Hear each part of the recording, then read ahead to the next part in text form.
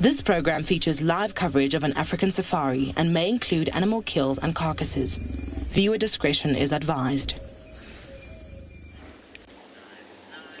Good morning, everyone, and welcome to your sunrise safari of today, where we may actually see some sun.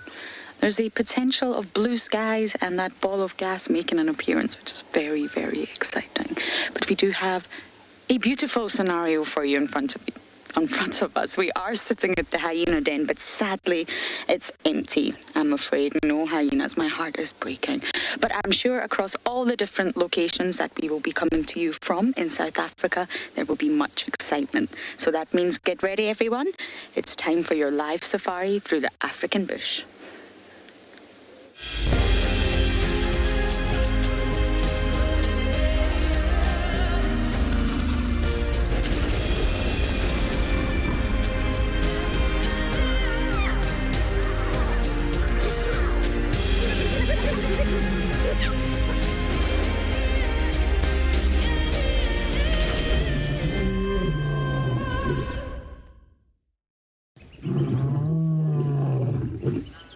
So welcome aboard. It's an absolute pleasure to have you all on the back of my safari vehicle and, of course, other safari vehicles today as well.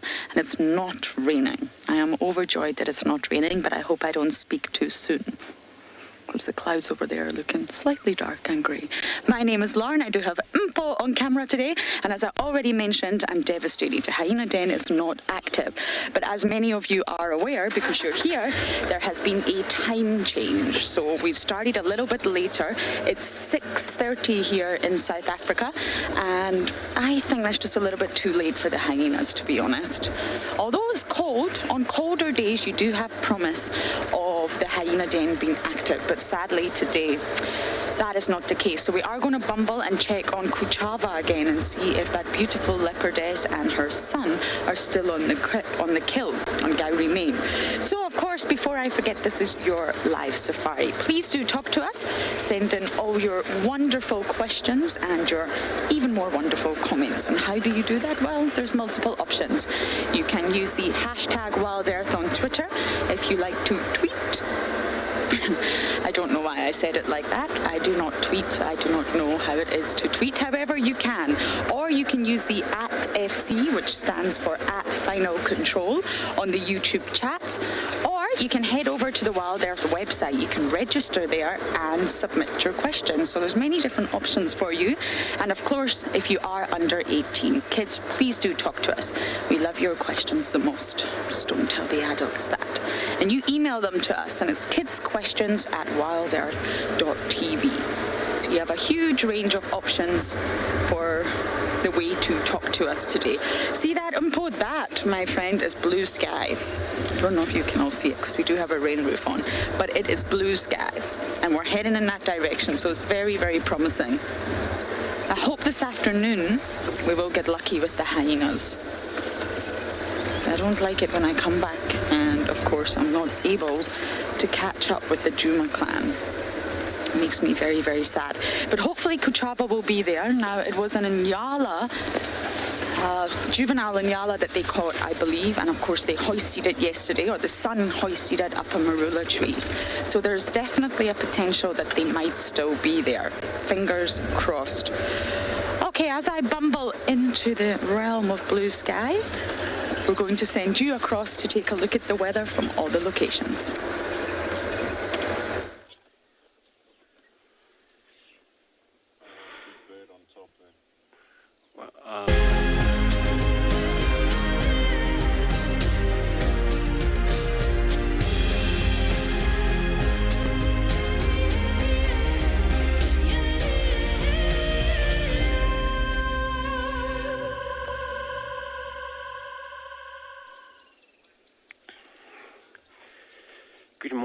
Good morning everybody. Welcome to Juma Private Game Reserve this morning. Sitting here at the Gowrie Dam and looking at Inyala.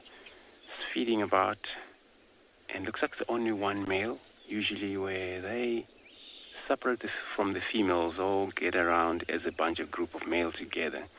Hi, my name's Andrew. I have Dav on camera this morning, so we decide to come right in this position. Also was a baboon calling about in this area, so we decided to come and check what could be about, what would be their calling like that, because sometimes they do warn if there's a danger around them, but they're all just now quiet again.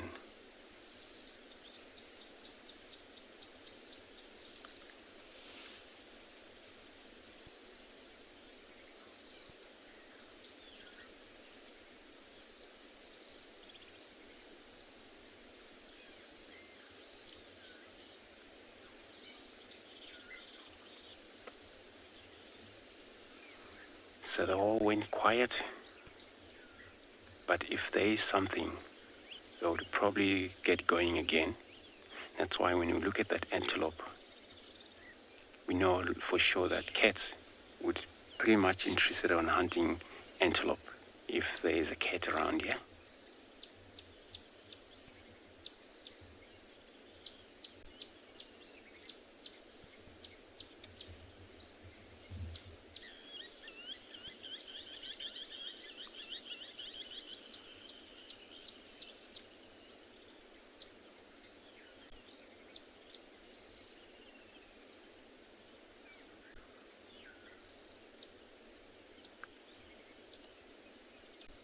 But also it's been a long night. Where was a male lion that was rolling last night, and we just saw the tracks around quarantine, so it looks like he was moving to the north,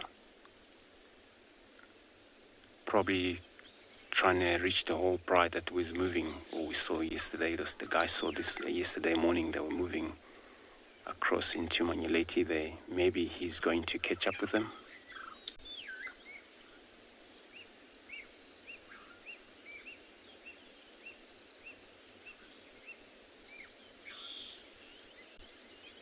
So we're gonna go follow up on that track, see if we get lucky.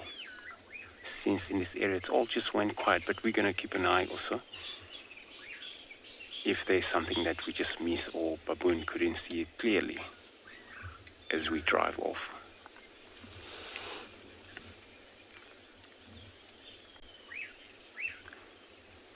Danny, so you say you love the sound of the beautiful morning. Indeed, it is. Hearing all the sound of birds, and looks like it's going to be a beautiful day, though. From the east, you see all of a golden cloud is burning up. Maybe the sun will pop out soon.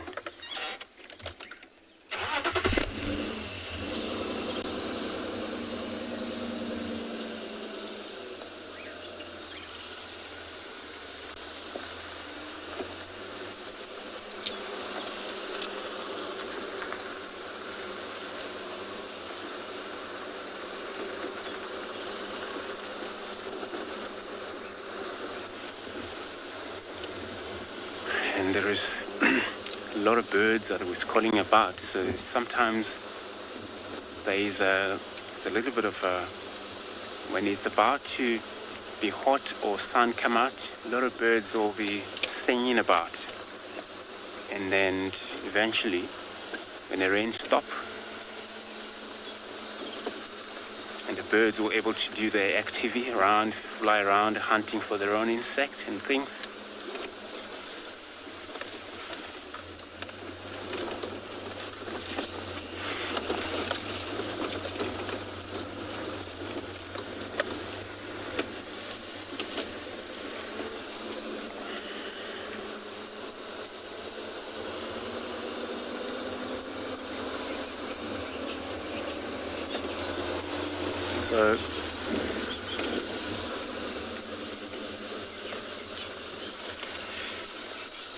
So he's asking which birds that you always hear in the morning. So crested francolins, most of the francolins as well, they do communicate first things in the morning. They make a call, and since they sleep different places, for them to be able to communicate whether everybody's still alright, everybody awake, and you all hear them calling first thing in the morning. Southern ground hornbill, if they're around, also they're more likely to call and in the morning as well.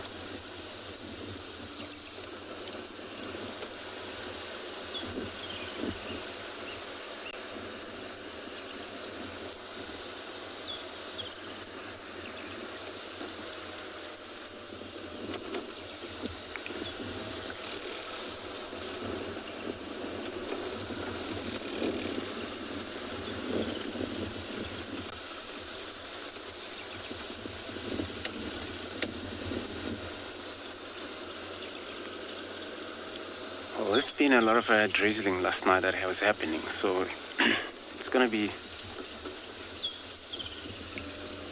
easy for us to establish or see the clear tracks. So while we're checking those roads, let me send you over across to Lauren to say hi or to give us an update.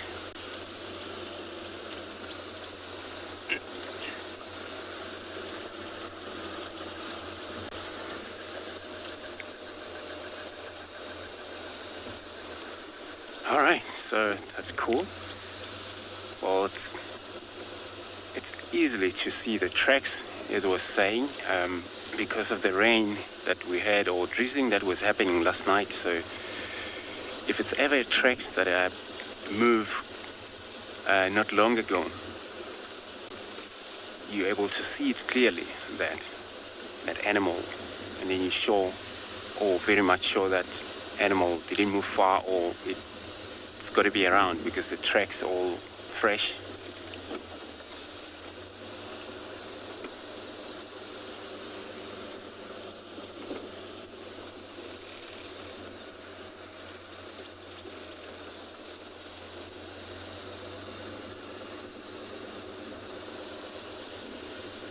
You know, those leopards as a cat, they were more likely to be moving along the road, avoiding getting wet, maybe sitting up on a mound or on a tree as well when the grass is wet.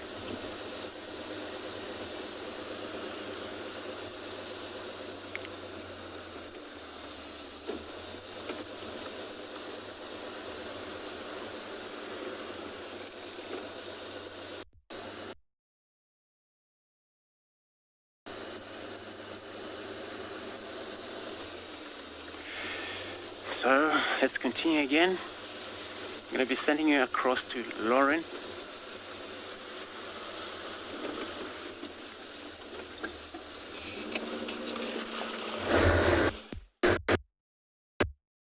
Update, I am on my way down south, and I just want to check my favorite pan on Juma.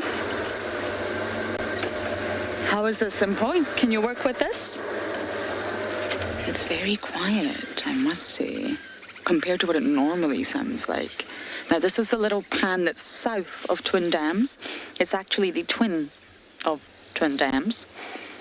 I mean, twin means two, as I definitely know. My brother just had twins. Woo! There's definitely two.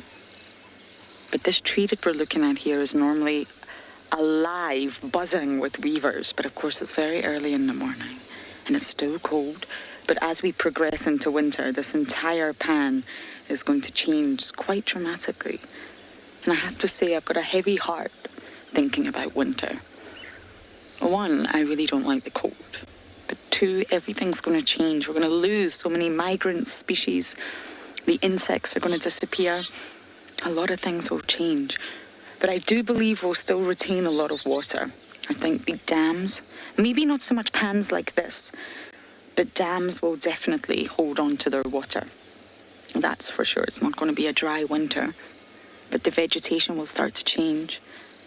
The evergreen trees, of course, they will hold on to their leaves, but a lot of the other vegetation will just start to die off.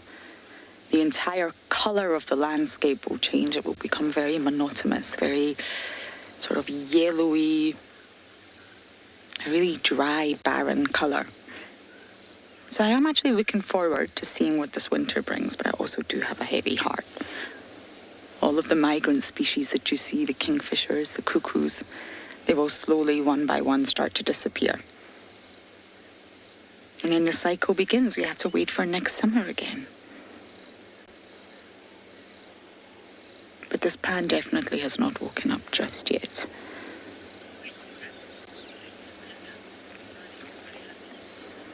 Okay, so we're still going to head to the site of Kuchava. Hopefully she's there, but we're going to send you guys across to Basani to say good morning.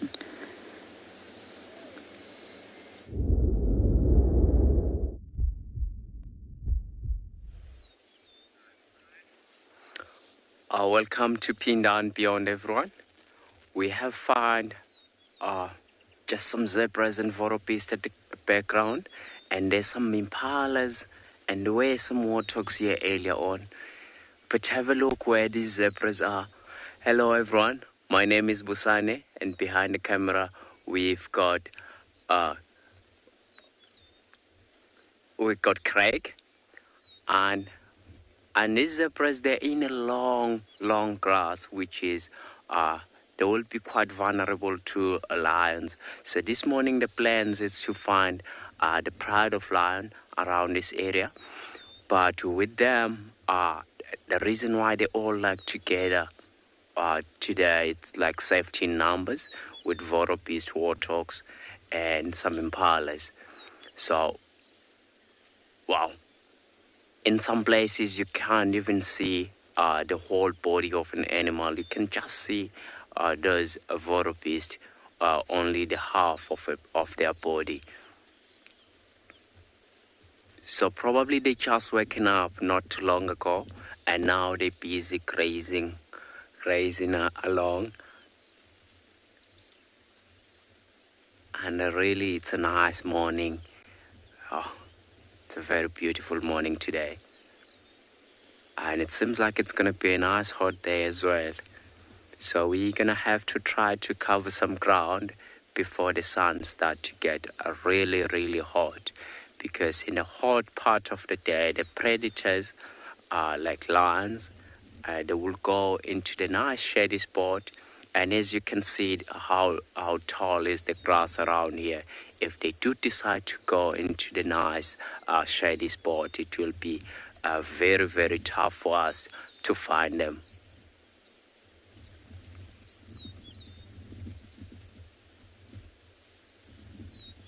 It's unbelievable in the last few days.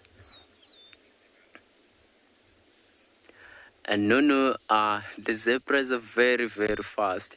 That is why predators like lions, they have to stalk right up close to the zebra before they accelerate or chase the zebra. So I'm not 100% sure how fast they can run up to, but they're really fast. But obviously with the impalas here, impalas will be a lot quicker than the zebras.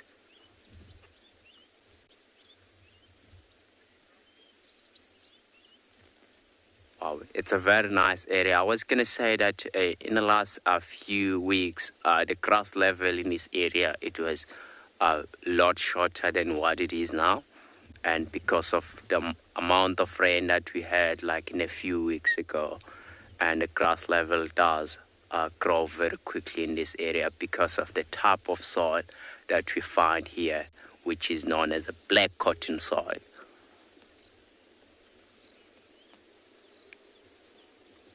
So I think from here we're gonna start trying to find ourselves some lions.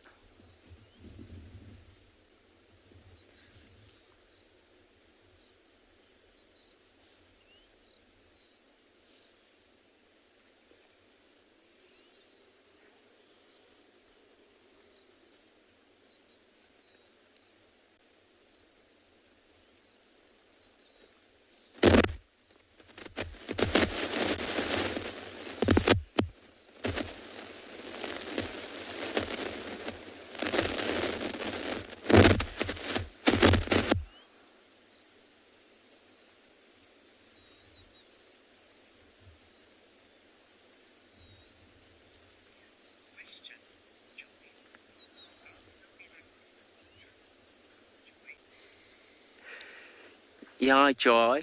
The grass in winter, it will be almost the same as what it is right now, unless if we do like late in summertime, the grass level will then start to get a little bit shorter.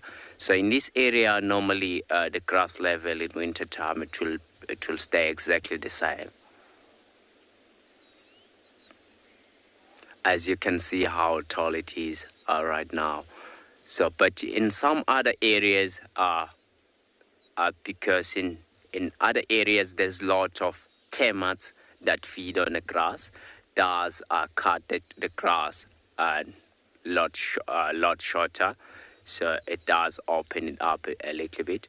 So normally in this area, it will stay exactly the same.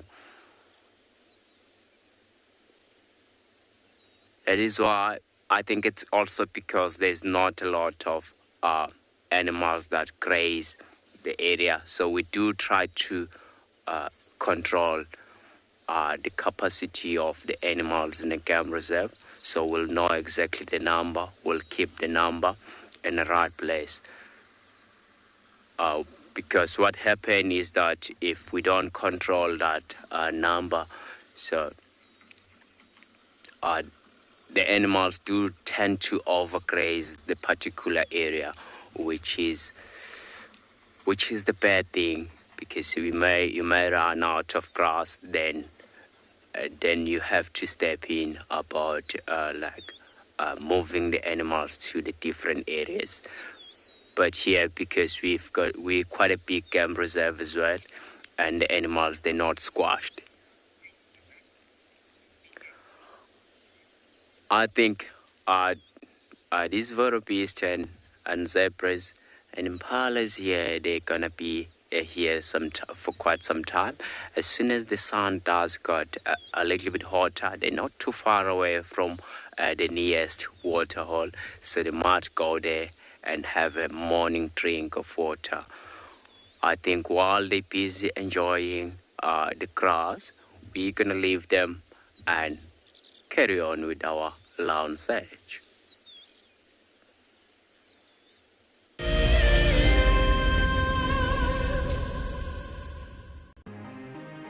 It's the month of March and Wild Earth is offering you the chance to win a brand new prize.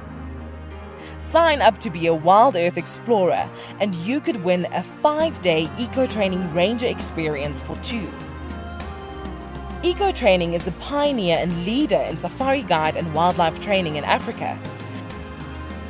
The lucky winners can look forward to approaching dangerous game on foot, tracking and 4x4 driving, learning about animal behavior, and even spending one night sleeping out under a blanket of stars. In addition, you will also get the exclusive opportunity to join the Wild Earth team on the broadcasting vehicle. Sign up to be an explorer now, and it could be you that wins this life-changing experience. Terms and conditions apply.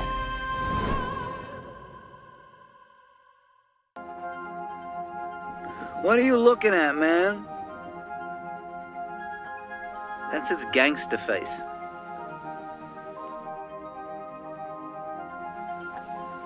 It has the manners of a common variety vagabond. Look at it, chewing with its mouth open like that.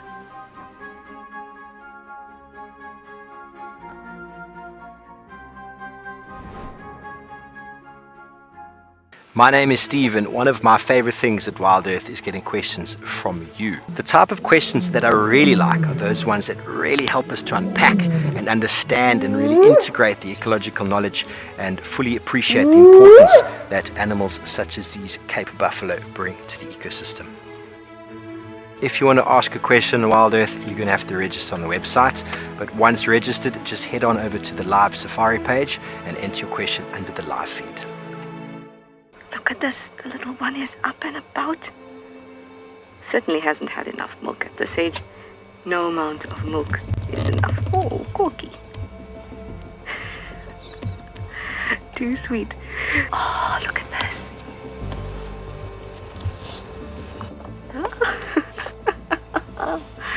That is stunning. Tune into Wild Earth every single day. It's in your nature.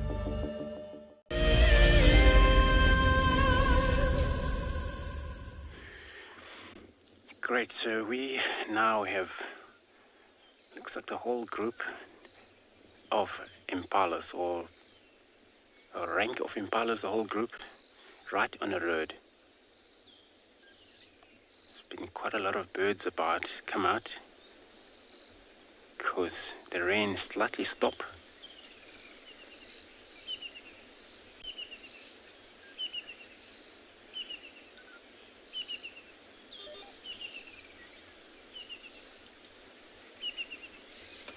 And it's always good as impala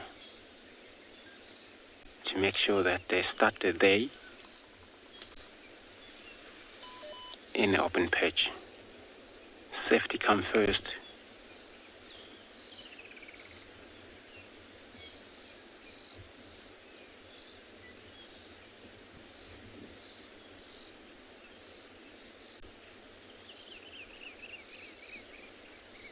And they don't look frightened at all, so they're all good, chill around.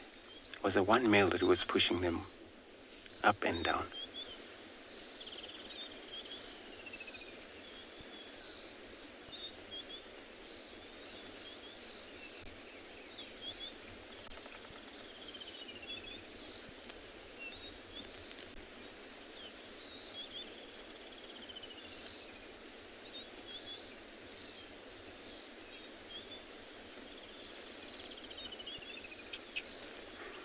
So we're going to go closer look at them.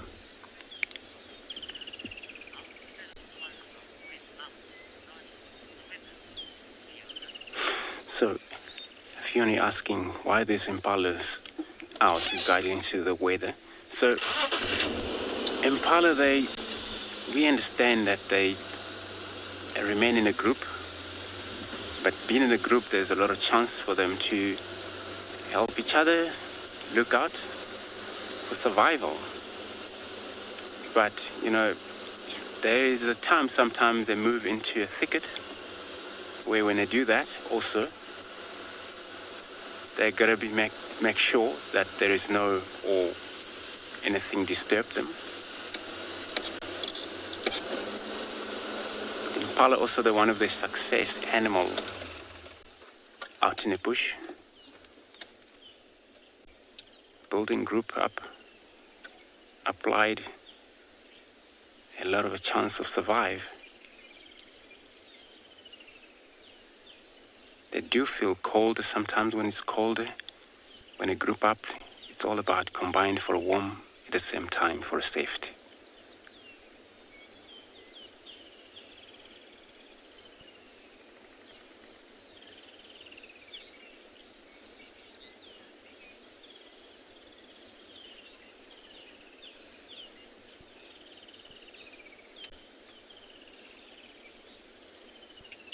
But it's getting slightly clear up.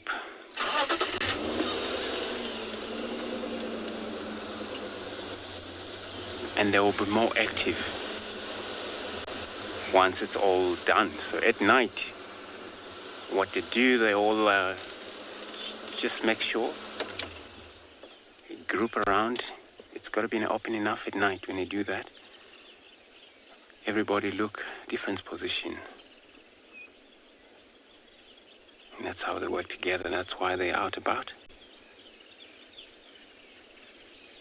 But now it's all about now they have to choose where they're going to go for a grazing.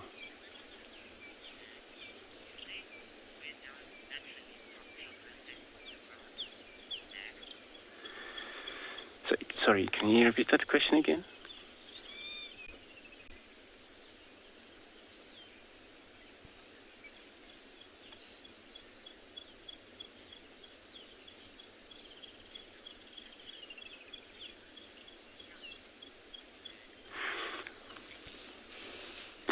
So Yamek, I'm not sure if I understand your question well then.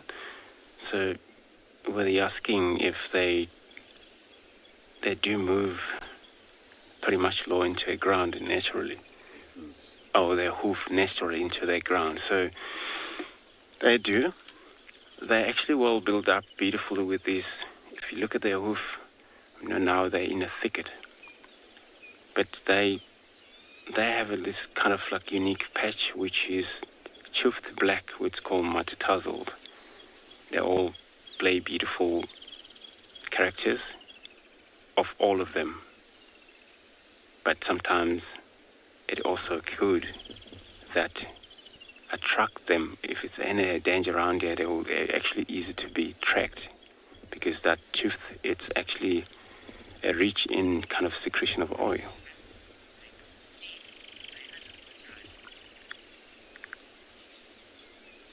So I'm going to carry on, move around here to see if those tracks of lion come back, or is any of tracks of lion in this road.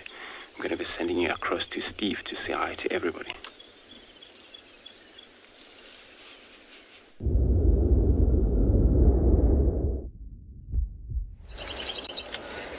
Good morning, and welcome to the dawn here on Eco Training Pridelands. We've managed to get all of our stuff up and running, and we found a wonderful herd of elephants here, busy dust bathing, and kicking up some dirt that's drying out but still got a little bit of moisture to it as they throw it on their heads. Hello everybody, my name is Steve, joined by Gert on camera, and as always very excited to have you with us. I hope you're ready for a bumper of a morning. Our plans were to head over towards that lioness and see if we can find her and her cubs again, but we weren't able to get connected until now, so now we find ourselves right down on the other side of Pridelands at some of the highest points. So for now, I'm just going to allow you to just enjoy this sort of quietish sort of scene here with this herd of elephants.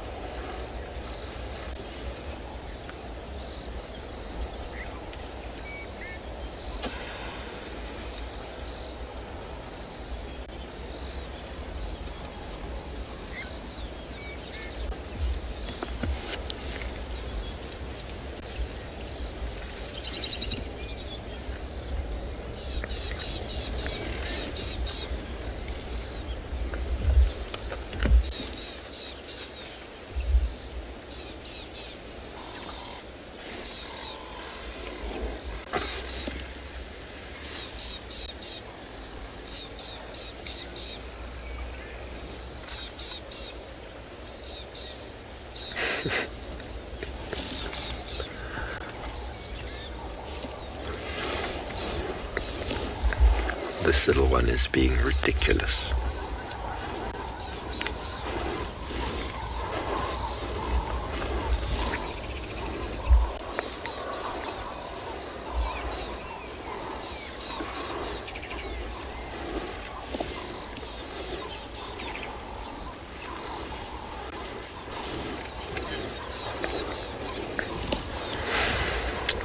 Yes, Linda, we all love to see elephants, don't we? Especially when they get ridiculous and lie down. Gert was asking me if I've met Susan yet. I said, I'm not really sure. I've met lots of elephants out here. It's always lovely when you get to spend time with them, doing their natural things.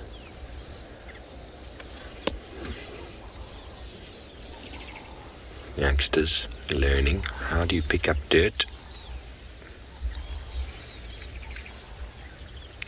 The one on the left has decided this is way too boring for the morning. I'm just going to lie down.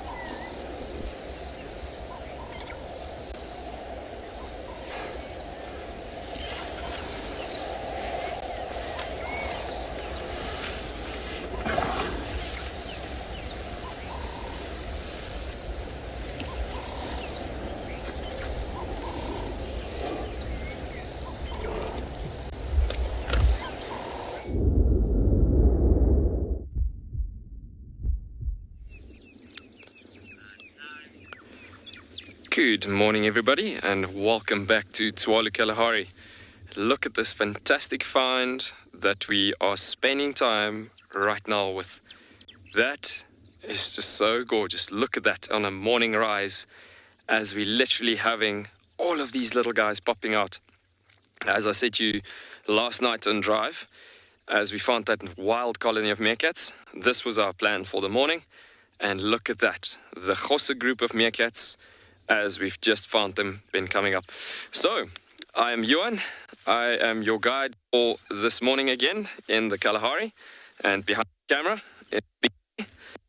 And we're going to be some beautiful time with these meerkats this morning, as we are going to be going out with them. And so I just want to clear the way a bit, as we're going to stand off the edge of the side of them here, and we're going to look at them as we stay out and about here. So slowly but surely, there's some of them that's been coming out and about, starting to just scout out and about for safety purposes and so on. So literally just scouting and seeing if any jack that be causing a potential threat to them.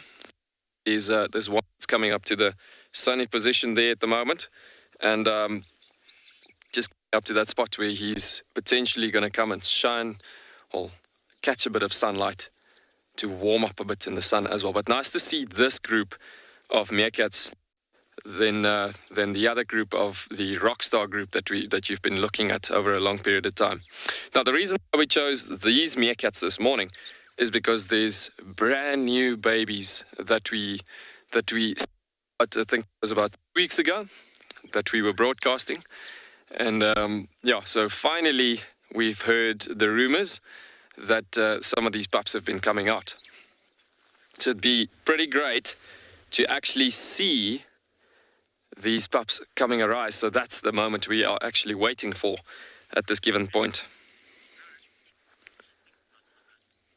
Just so cool to be spending time with these guys over here.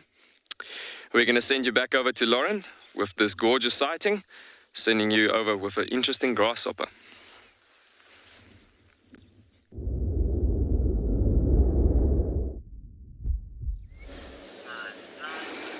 Very interesting, in the form of the elegant grasshopper. One of the larger ones we get out here. And for some reason, they always let me pick them up. Maybe they think I'm one of them. And if any of you were watching the sunset drive yesterday, we did a sort of riddle. Another one will be coming this afternoon. And we spoke a lot about the sort of classification and organization of organisms, taxonomy, why we classify, and humans love to put things in boxes, but really why it's necessary and how you actually start to understand how to group organisms together. And of course, insects belong to arthropoda, which is also the same as crabs and lobsters. It's a very, very big phylum with segmented bodies and an exoskeleton. So for an insect, their entire skeleton is on the outside. That's what you see. And inside, as unpleasant as it sounds, everything is just really sloshing around. You know that feeling when you jump up and down after having just drunk lots of water and you hear that sloshing in your tummy? That's basically what it's like inside an insect's body. And they don't have lungs like we do. They do not breathe through their mouth. They breathe through the tracheal system. So they have lots of little holes running down the side of their body, and that draws in oxygen, gas exchange through diffusion from an area of high concentration to an area of low concentration. And that's how they get oxygen into their body. So it's almost like lots of little straws running all the way down the sides of their body where they pull in oxygen. So therefore, their entire organ structure inside is different. And they don't have a blood circulation system, because they don't need that. If you think about it, we inhale oxygen and it goes into our bloodstream and it's pumped all around the body, delivering blood to all the different parts of our body. Now, because they don't breathe the same way that we do, they don't need to do that. But they do have a blood of sorts, and it's called hemolymph, and it's yellow because it doesn't contain iron. our sort of hemoglobin binds to iron, and our blood, as we know, is very, very red. That's not the case for insects. So that's why when you squash them or they end up on your windscreen, it doesn't look like a murder scene. It's yellow in colour. And everything is just sloshing around inside, protected by that really hard exoskeleton. So not only does it protect the organism in question, it also prevents dehydration. Dehydration is an insect's biggest fear. They do not want to dehydrate.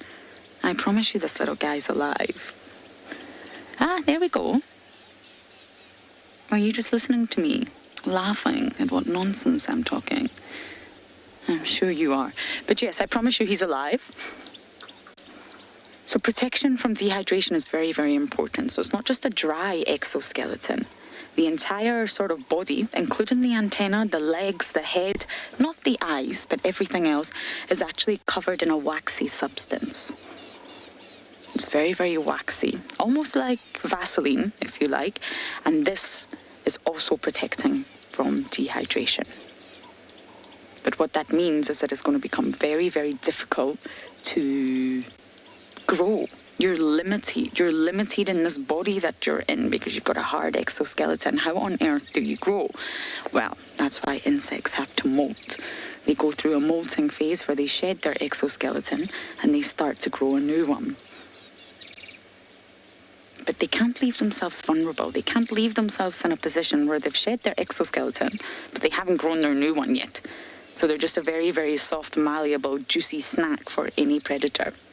So it has to happen at the same time, where the new sort of cuticle, the new layer is going to build up, and the old layer is slowly, slowly detaching from the body so that they can shed. And once they shed that exoskeleton, that means that they can grow. And that's how, of course, they get bigger and bigger. You're being so compliant this morning. I'm overjoyed. And you can see grasshoppers have a sort of really unique specialization that has evolved to allow them to be highly specialized. You can just see that back leg there, that hind leg, which is ridiculously large, especially compared to all their other legs. And they hold it tense. So they've got flexor muscles in there, and they're holding the muscles very, very tense. And it's only when they actually flex that muscle and relax that they're able to spring into the air. And although it looks like it's coming from their abdomen, all 6 legs are attached to the thorax, that transport center.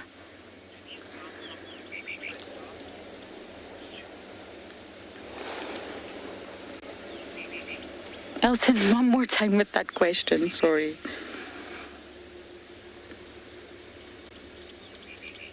I love the antenna, orange and black.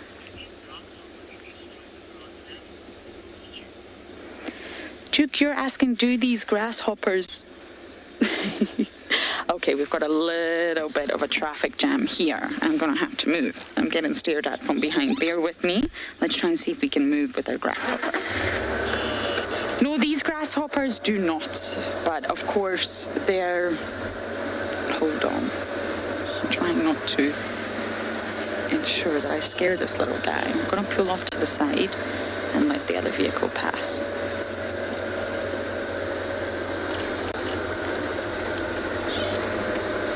There we go, you stayed with us. I went on a little journey with us. I've got my binos there just to hold this in place. And morning. And no, these grasshoppers do not, but they're in East Africa, especially when I was in Ethiopia, they had huge problems with really, really large aggregations of locusts, swarming locusts, and they were causing huge problems to the farmlands and the grasslands, and it was affecting a lot of people's livelihoods, but not these grasshoppers in particular. And when I was in Ethiopia, we actually witnessed this. It almost looked like we were up the Bali Mountains looking for the Ethiopian wolf, and it almost looked like really, really large snowflakes were just falling everywhere. And it was, in fact, these locusts swarming in such great numbers that they were destroying crops completely. And it was a huge problem in East Africa for quite some time. But it's not you guys, is it, Mr. Elegant? named after the gorgeous coloration. But of course, that's only to our human perspective that he's gorgeous. To a predator, that is not gorgeous, I can assure you. That is a warning. If you're a bird or a reptile or an amphibian, that is a big, massive warning sign saying, do not eat me. I am not palatable. I'm gorgeous, but not palatable. So I'm going to put this little grasshopper back, and for now, we're going to send you guys down to swallow.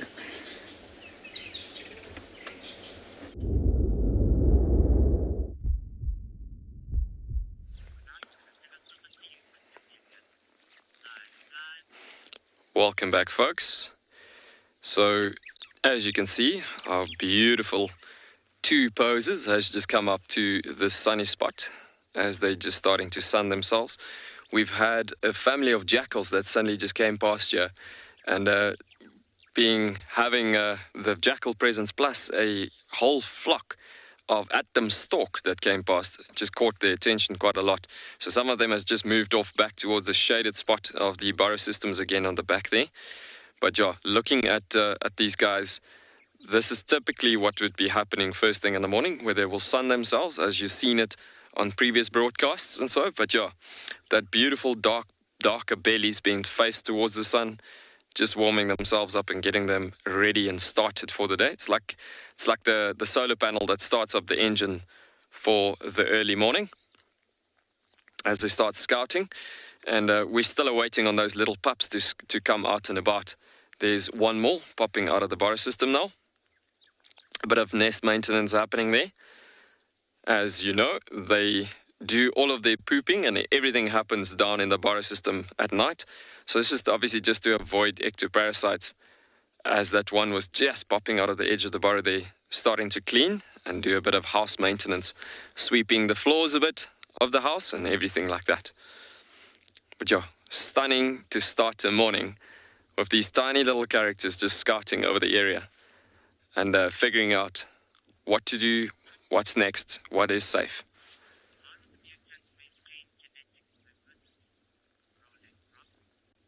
Rolling Rock, you asking how do the meerkats maintain their diversity and everything? And it's exactly that, and I hope I've actually understood the question right. But if you mean something to do with maintaining the population and looking at their safety out of that point of view, it's because of their teamwork strategies and structures that they work together in that hierarchy, that they look so well after each other in that formation of having a lot of them in the colony and trying to build up their population as much as possible, especially when the conditions are just this great. With the great amount of vegetation, it obviously means a lot of food supply. And so in that situation, they would try to not overpopulate, but you get what I'm trying to say, is basically where they try to make the population bigger and more eyes in the colony, the better and safer it is for them. And that is actually how they maintain the safety of the colony itself, as there's a lot of good eyes scouting out for trouble that could be potentially be coming. And in that conditions, it's fantastic actually scouting over the area and looking after each other. And I want to say like having each other's backs, because in this family unity, it's an extremely strong family structure. And yes, the biggest I've seen this particular colony getting up to numbers was about 25 in total right in the beginning. But obviously, as we've gone through 2 consecutive droughts in the last 5 to 6 years, it's been in that situation where we've had quite a bit of losses and drops in numbers. And speaking of which, there was just to the end of last year's winter, as you've seen that fantastic honey badger that Dylan had on the screen a couple of months ago, well, just as I said, around about September, October, that honey badger was raving on this colony at that time. Now, I mean, the meerkats could see, and they could see trouble coming from a long distance point of view as it is. But yeah, they get to a point where the honey badger, unfortunately, can get down into the burrows and can sweep the burrows and drop their numbers and population quite dramatically.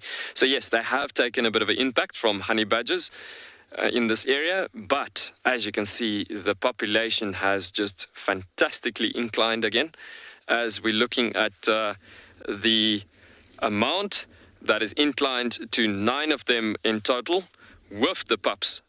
Well, it's actually with the pups extra added into, being 9 in total now. So yeah, incredible thinking about how they just combined up together as just inclining from, yes, at one stage there was about only 3 of them left in this colony, and suddenly it's just worked up again. So when you have these conditions in this great shape and situation, it is actually where you could have this alpha female, like, again, I'm using the word overpopulating. Just look at that quickly. Abdomen stalk coming over, as eagles and hawks and things like that is constantly problems for them flying through the area, as they could hunt on them. Obviously the abdomen stalk is not going to hunt on them, but it's in a situation where they just, as it's a big bird flying past, just constantly concentrating at the condition situation, making sure that it's not an eagle or a hawk coming past to hunt on them. But yeah, very cool. Just looking at that quick reaction that just happened there, and as we speak, well, we just spoke about it in the situation of how they take care of each other. You could see it was like a Mexican wave, just constantly flowing through the entire colony as they all just looked at it immediately at that given point. But yeah, as I was saying, that alpha female she can literally mate right throughout the year if the conditions are this great as what it is now. And so yeah, the population will just keep on inclining in these conditions. And obviously, the bigger the population, the safer it all comes together.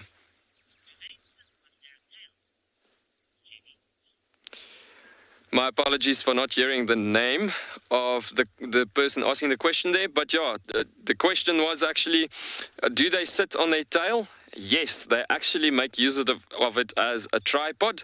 So they're standing up on their 2 back legs, and the tail presses down on the ground like a proper tripod system. And being part of the mongoose family, they can, well, if you look at mongoose, they do exactly the same thing, as they press that, like I want to say, half of the tail flat down on the surface, and then it comes down to where they stand up straight, keeping the balance in a great condition and shape in that formation. But yeah, that's actually what helps them out quite a lot, being able to scout out over the area from a safe point of view. As you can see, look at that one on the left-hand side, just tippy-toe trying to figure out animals coming over from the backside here, as he's scouting back into the direction where those jackals were earlier on moving through. And as he looked back in that direction, meerkats, their sense of smell is great. So the thing is that they could have just possibly picked up on the scent of that family of jackals that might have moved through in the northern section. But yeah, truly fantastic to start the morning with these gorgeous little guys.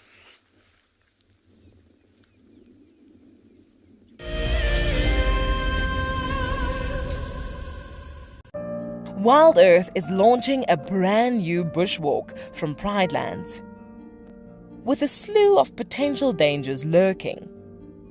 It's essential to be aware of your surroundings whilst walking in the wilderness. 20 yards away from one of the most endangered species. This is a big bull. What a moment, what a close encounter with an Ellie bull. He's just over here now. He's moved completely away. Being on a bushwalk and seeing a leopard, I mean, it's ridiculous to be this close to a leopard on foot and for him not to run is absolutely insane. How crazy was that? It's just the back of the head of a male lion. He is absolutely unaware that we are here right now. I tell you, seeing lions on foot, it definitely brings out the caveman in you, this little scared human being. Oh, my dear, I do find you most attractive when you're covered in bird lice. Oh, Charles, I love it when you peck at my head and clean the bird lice off me. Let me say hello to Barry here. Hello, Barry. I'm just going to examine you for some bird lice.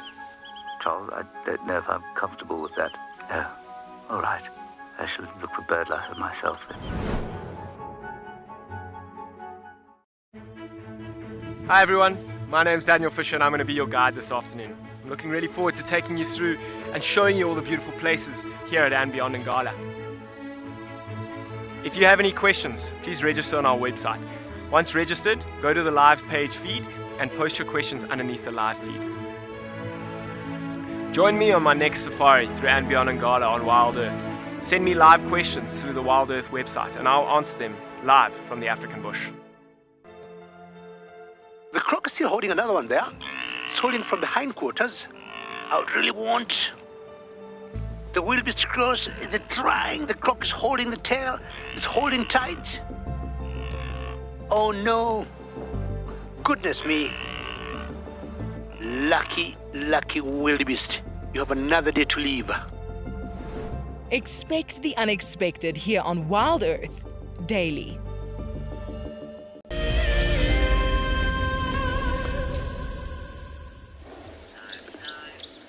Now, it's not just insects that undergo a complete metamorphosis. Frogs do as well, and what we're looking at here is future frogs. Or technically they are already frogs, aren't they? But we just call them tadpoles. It's actually so lovely to see tadpoles swimming around on the surface of the water. Very difficult to identify the species. Normally they're really, really large ones, which I actually think they could be, are the bullfrogs. Normally they're so large, big black tadpoles that you really cannot miss them. Yes, I think I'm going to guess that they could be the bullfrogs. And of course, they've got a life of transformation. They are literally starting off their life with tail, fins, gills. They've got to breathe oxygen underwater, so they've got oxygen extracting gills.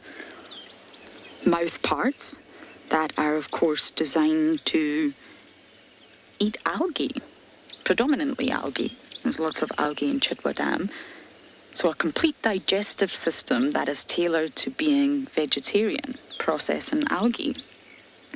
And then they're going to undergo a huge change.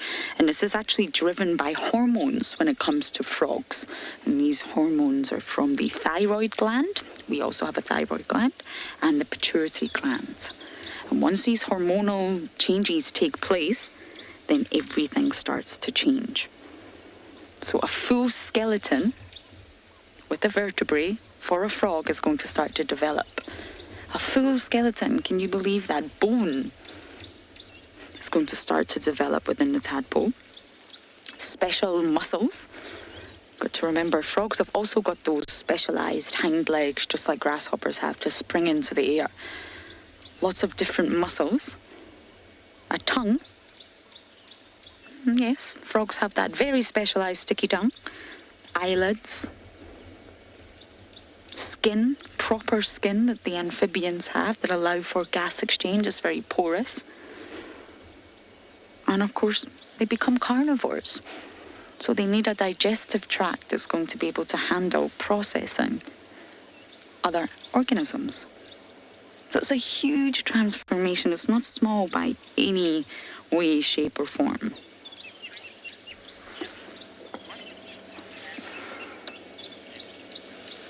Jimmy, you're asking what eats the tadpoles.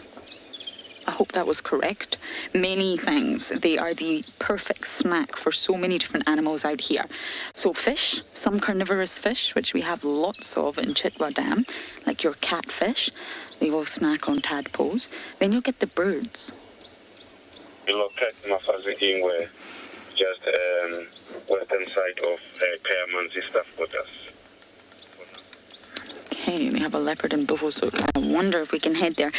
But we're very far away. And birds will swoop down and pick up, especially like your kingfishers, they will snack on them. If they are very, very close to the shoreline, which these ones are not, reptiles like monitor lizards would snack on them. Water monitor lizards will go into the water if they can catch them and snack on them. They're a delicious protein-packed snack for many, many different organisms. So very soon they will turn into frogs. How fascinating. So I'm going to get on this radio and find out about this leopard. And for now, we're going to send you guys down to Swallow.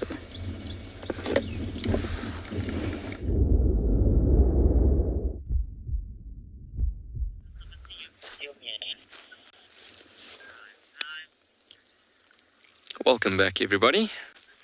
As you can see, these meerkats are now scouting even furthermore towards the south. We've just had that massive flock of atom storks coming over to land. And so we literally just checking them as they are scouting over the area a bit furthermore. You see, the thing is, they've got to be double more, shall I say, alerted, just for the safety sake of the babies as well, obviously trying to keep those babies as safe as possible. So like I said earlier, we're definitely going to sit and wait and just watch and see when those meerkat babies will come up. And even if you're at a different destination, we'll ask to quickly come back, just if we can get those pups out and about. I mean, that'll be so amazing to see those little puppies coming out. And the thing is, looking at the colony, just maintaining once again, as you can see coming through again here, it's literally like a preparation for the pups to come out.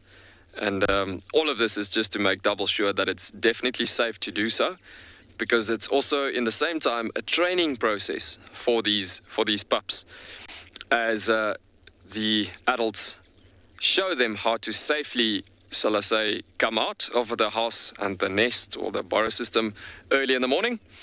And then it comes down to that formation, that they will be safe and sound coming out, and knowing exactly how to be safe while they do so.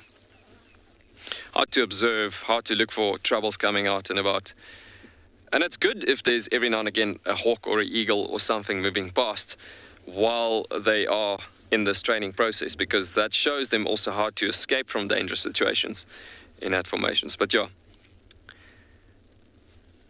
looks like one or two of them are actually starting to forage, slowly but surely. Just a very interesting plant that this meerkat has just come up to here. You see the ball-like shape on the top end there, and that's a ball full of seeds, and that is why this plant is called a tumbleweed. If that little cottonish type of ball breaks off, it rolls across the surfaces and it does the seed dispersal. But yeah, just very interesting while we look at the image there on the screen. That is very cool. But on top of that, it is called the acrotome plant. Very cool. Or a tumbleweed.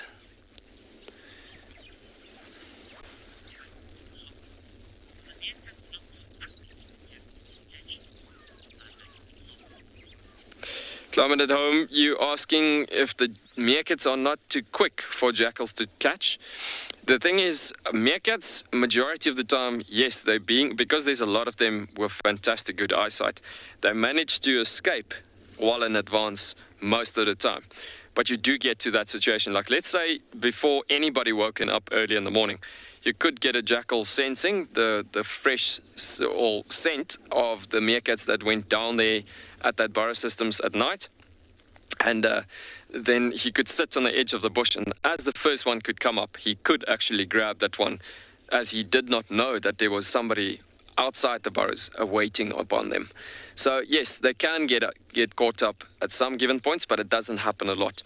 But jackals, being the terrestrial trouble most of the time, or shall I say threat for meerkats, that is most of the time one of the biggest problems.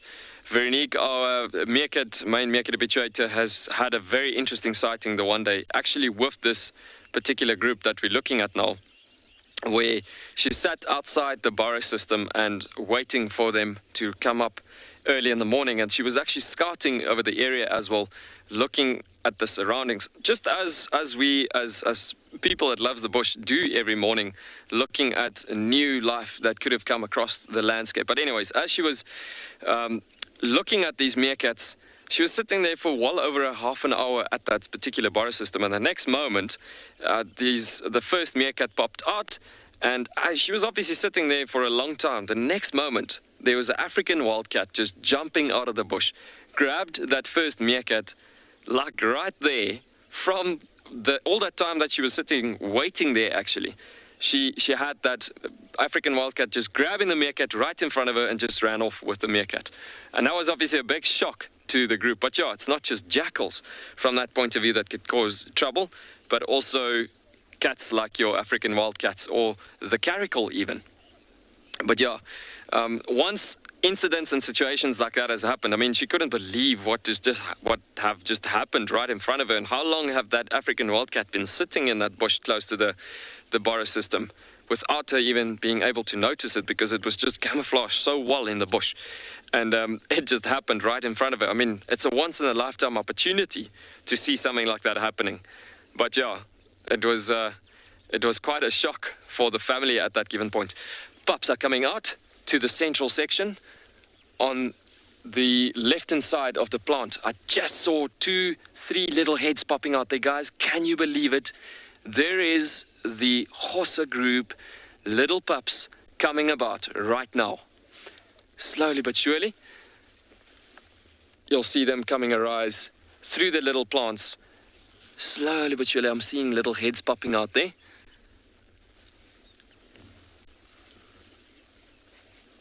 So I can see the camera is just a tiny bit too low still yet for those little pups. Do you have movement there, BK? All right.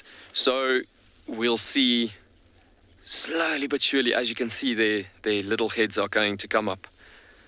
I can see a little tiny like ball shape for the heads popping out there above the creepers that's growing along in the Boris system. But yeah, so special, guys. We've been waiting for this moment.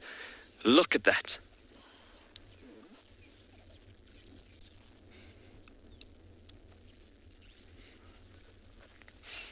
And that is just so amazing to see little teeny tiny babies of meerkats for the first rise coming out. And that's actually the first time I'm actually seeing these little pups. And that is why I'm so excited about this as well. It's really, really so cool. Look at that little head just looking about the entire surface in the area, trying to figure out what's happening. So yeah, that is so special.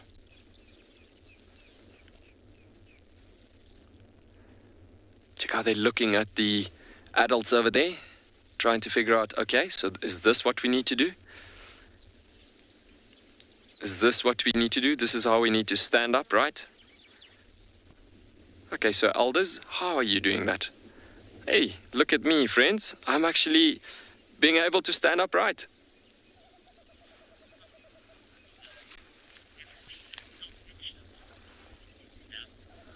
Dovey commenting that they always look so anxious.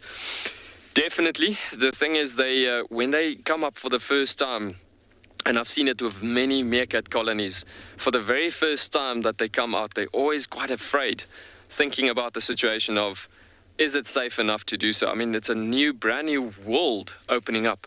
It's nothing like they have seen before. So you're thinking about being born in a Boris system, in darkness down there. And they just go and feel and the ways of the presence of the rest of the meerkats at night when they are there. And when they're old enough, it's like how can I put it? It's like this blank, brand new page opening up, and everything's brand new.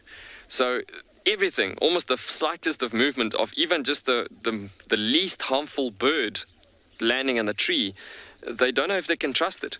So you'll see they look more at the adults at that given point than anything else. Just out of the sake of being able to figure out what is safe and what is not, what can they trust and what not. But just so special to see those little guys coming about.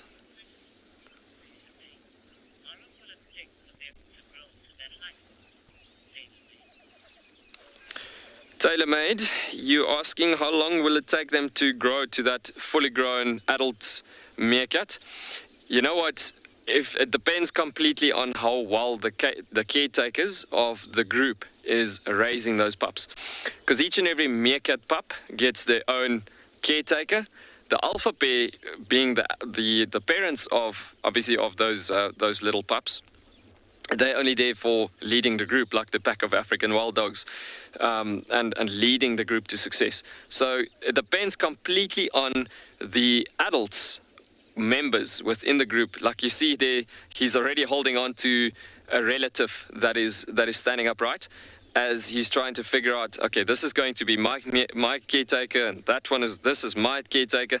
And so each and every one of these caretakers will show them how to be a meerkat. So how to look for food, and how frequently they're finding food through the simple fact that a caretaker brings food to them as well. So each and every individual pup follows her or his caretaker, and then they do have a great amount of success feeding at this given point. So it also depends on the conditions in the bush. Thinking about a drought condition, or is it good conditions like now where there's crazy amount of food resources. And so because of the adequate amount of food that they can get through that point of view, that will make a meerkat grow fast or slow. But let's say in good conditions, you could get to a point where it takes about a good 6 months to a subadult, well, even about, I'd say, 4 months to a subadult meerkat, and about a good year to almost just over a year to start seeming like a proper adult meerkat in that good conditions. In extremely good conditions like right now, I'd say within a year and a half to just around about a year, actually, in fact, it could get to that point to a strong adult look and view to a formation. Within after a year in good conditions, you would almost have a tough time to say if that one was a youngster from about a year ago or so. Just because they grow so well and so quick and so successfully, actually.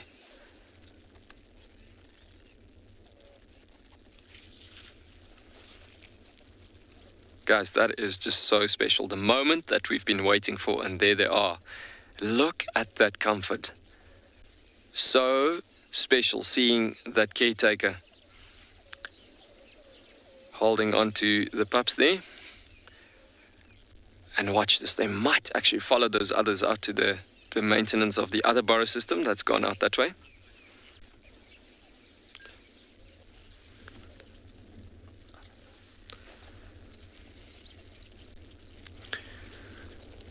Yeah, so they might actually hop across the plants there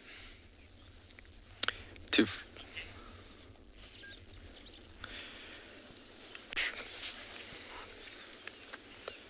yeah, so you'll see they're just trying to figure out from a safety point of view, trying to figure out what's happening there, and trying to figure out should they or could they actually be able to follow up to the adult meerkats. Up to that other burrow system there. Yep, there we go. Just scouting out and about. It's amazing to see these heights of those adult ones on the left hand side, and then the little tiny ones on the right. And what a gorgeous view, seeing all these meerkats spread out well over the burrow system as you're looking at it like that.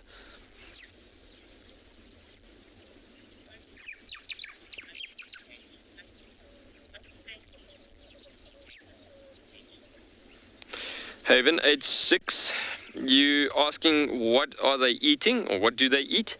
They focus majority of the year on scorpion activity. It's actually quite interesting thinking about it, that it's an animal that eats on quite a dangerous insect, and shall I say rather arachnid. In that situation, being quite a vicious thing to hunt on as it is. But yeah, we got quite venomous scorpions in this environment as well. And yeah, so they go during the day, they wake up obviously like they do, like we've seen throughout the morning, and then it gets to a point that they forage most of the day until it gets too hot. But as they start foraging, they find their scorpions, bugs, beetles, and any form of insect life majority, even the grubs and larvae stages of butterflies and things that could sometimes be dug out from underground, but pretty much any type of insect life. Then they would disturb the ground here and there as they move, scratch it a bit here, scratch it a bit there, and then that disturbance that they created on the top surface, because those ears are like forwards-facing bucket-like satellite dishes, you could get to a point that they could hear the insect movement underneath the ground and also pick up on the vibrations and then start digging after the sound and the vibrations that they caught up to. And if they go deeper than a good 10 centimeters underground, I've seen a burrow system ducking into, well, a hole that they're busy digging out for food resources. You could get to about 15 centimeters almost, that I've seen them going down digging out scorpions. So yes, scorpions is definitely what they prefer most of the time to eat on. But yeah, beetles, grubs, anything of that insect type of formation. They could also go onto something like mice, rodents, being actually rather described as a carnivorous character, but majority feeding on insects in the environment, keeping a very good balance in the ecosystem, being a keystone species.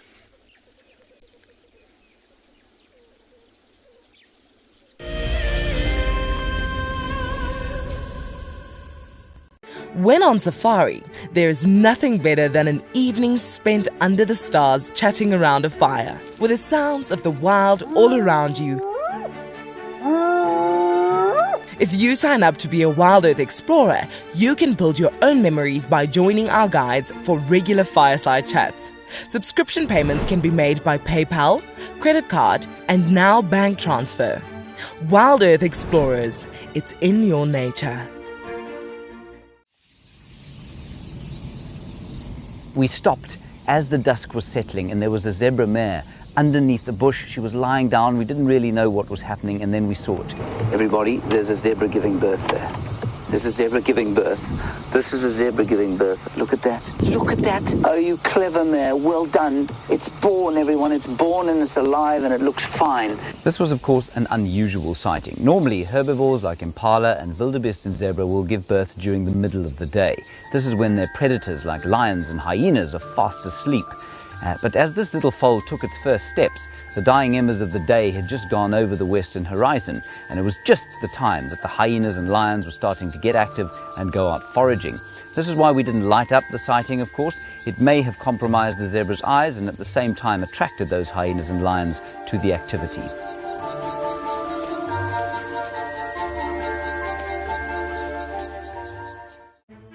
Hi, my name is Tristan Dix, and I am a guide here at Djuma Private Game Reserve for Wild Earth.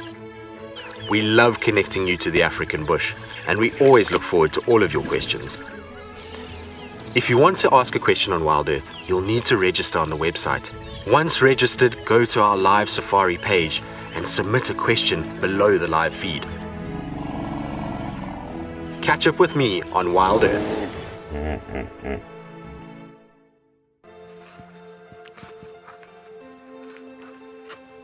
Hello, Mama. Just checking us out, everybody. There's no aggression here. Very relaxed. A herd of elephants moving around your car like that is truly, truly magical. Tune into Wild Earth every single day. It's in your nature.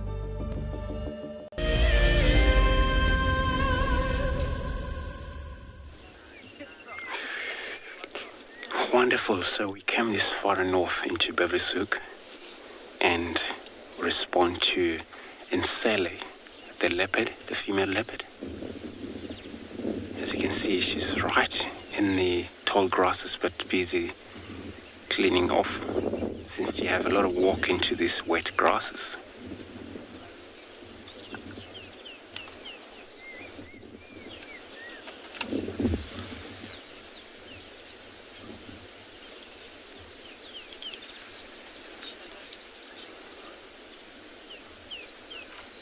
There's two vehicles here with us, as you can hear talking in the background.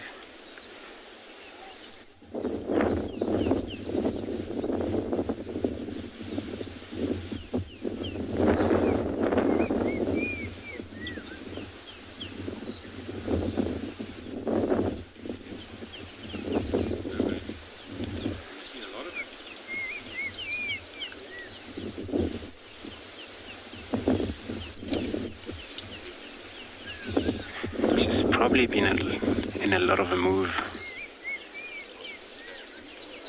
and the guys got her. She was still moving this morning, and it's so cool that they're able to keep this sighting. It's not easy when it's very wet, but we just she's just next to the road where we can see her clearly.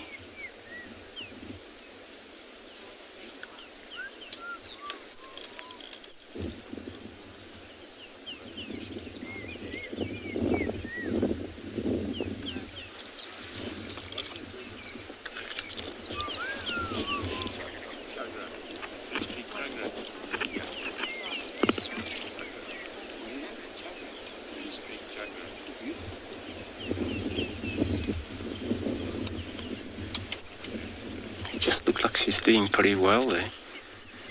Even though she had one eye, one is gone.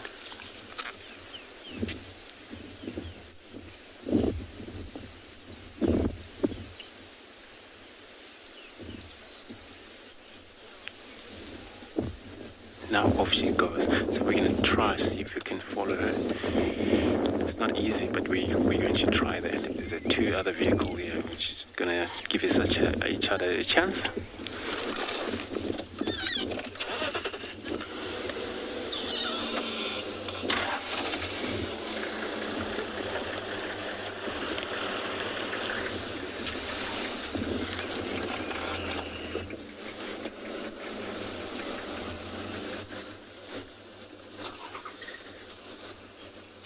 So I'm going to try stick with her. In the meantime, I will be sending you across to Nzwalo.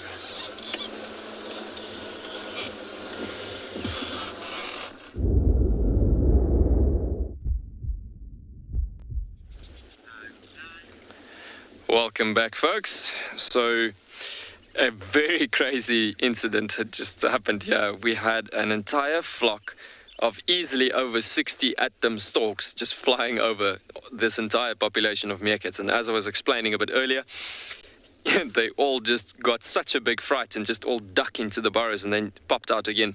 As you can see, look at the majority of them actually looking across towards those storks, but they know those storks are not hunting on them. It's a bit of a pity that the bushes further to the southwest is a bit blocking the view of the Abdomen storks, but we'll see if we can get a nice visual of them coming out. They're actually about 150 to 200 meters to the southwest of the meerkats now, but they flew right over us and it sounded like a windstorm coming over us. How awesome the sounds were actually when they came over us actually. But yeah, that entire sound, I think it was more the sound effect than anything else that scared the meerkats big time there. But yeah, so cool to have that interactions.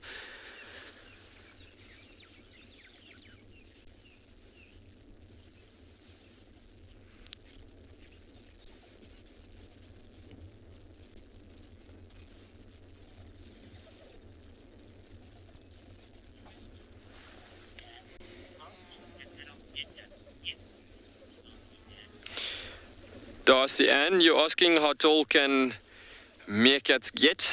You're looking at roughly about 25 centimeters or so, 20 to 25 centimeters or so. I have never really been in that case where I've measured meerkats before, or could measure meerkats, because you literally have to dart them or sedate them in that case. But yeah, I mean, you wouldn't really do that just out of the sake of measuring it, but yeah, you're looking at about roughly 20.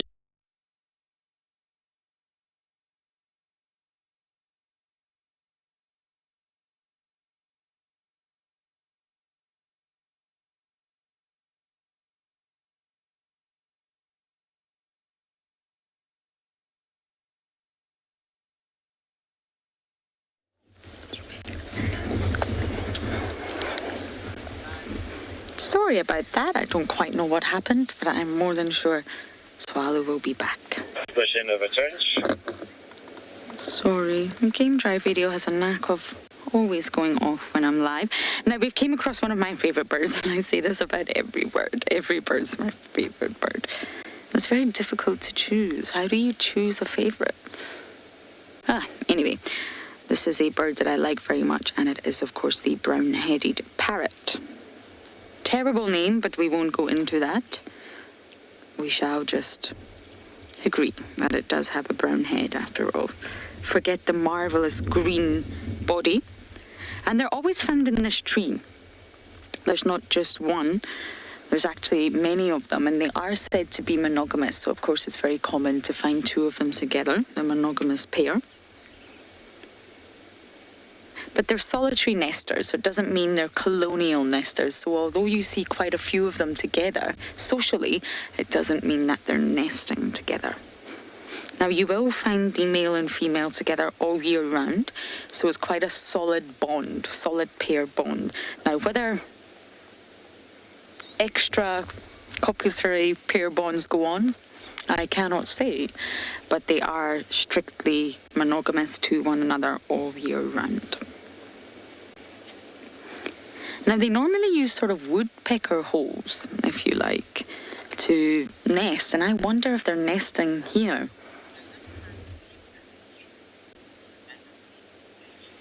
At age 13, no, it cannot. It is a wild parrot, and believe it or not, I found some really interesting birds in Johannesburg when I was staying there.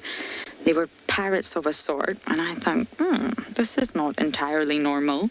This species should not be found here. Why is it here? And basically, it's a huge problem in South Africa right now with people bringing in different species of birds, especially tropical ones. Parakeets are a big problem. And they either let them go or these birds escape. And of course, then they breed. And they're now found all across South Africa in urban environments. And this is where they should not be. And I believe one of the main sort of problematic birds is the rose-ringed parakeet. And because they've got no natural predators, because they're not supposed to be there, that means that, especially in Johannesburg, these populations are rising. And although they're possibly not doing any damage, it will eventually cause problems in the ecosystem because they're not supposed to be there. So it wasn't the rose-ringed parakeet that I actually saw in Joburg, but it was definitely a species that should not be there. They've been released from the pet trade some way or another. But these birds, no, they're not kept as pets, and nor should they be. They're wild birds, and we can admire them, just like we're admiring this one here. They should definitely not be kept in a cage. Invasive species that are brought, or alien species that are brought to an area that should not be there, it's very problematic. It will affect the local biodiversity in that area. And a great example is the lionfish. The lionfish is obviously a fish that looks like a lion. It's very, very beautiful. And a lot of divers love to see them because, well, they make great photos. But generally speaking, they're found all across the Caribbean and they should not be there, which means it's very, very detrimental to the local biodiversity. And what's happening is that because they don't have any natural predators, just like the birds, the populations are rising and they're actually killing all the reef fish. So by killing all the reef fish, especially those that feed on the algae, that means the algae is now overgrown and it's destroying the reef. Coral and algae compete for space. So the whole sort of natural dynamics of the reef are changing, all because of the lionfish. And it's interesting, the theories as to how they got there. There's one theory that says that it could be a hurricane that brought these animals to the Caribbean because they're native to the South Pacific and the Indian Ocean. Or, again, pet trade. Someone brought them over to keep them in an aquarium, and of course they got released into the ocean, obviously more than one, and their populations have just completely, well, exploded. It's a massive threat to the Atlantic Ocean. It's a big problem in the Caribbean, a really big problem, and they do fish them. They do spearfish them, which I'm not promoting, but they do have to control the populations because it's completely upsetting the balance of the natural ecosystem. And it's the same with any birds, parrots, parakeets that are released into cities. They should not be there. And with no natural predators, the populations are going to explode. Now, I know this is a terrible view. I wonder if it's going into the nest hole there. And we've got this rain roof on, which is such a joy to protect us from the rain, but sadly, it makes it very difficult to view things that are slightly higher off the ground. So I am convinced they're nesting. And as I mentioned earlier, they do use sort of old woodpecker holes, any sort of natural cavity that's in the tree. And they can actually gnaw on it with their beak to make it bigger. So if it's just a very small hole from a woodpecker, they are actually able to expand the size of the hole, and they'll reuse it year after year. Okay, I'm going to keep bumbling. The sun is out, so I am happy, but we are going to send you across to Andrew and Nsele.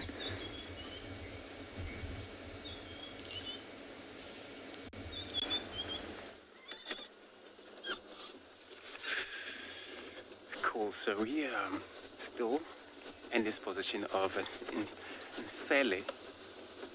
We still have a side of her moving, which is very good. You know, she moved parallel the road, and that we still have a sighting going of her.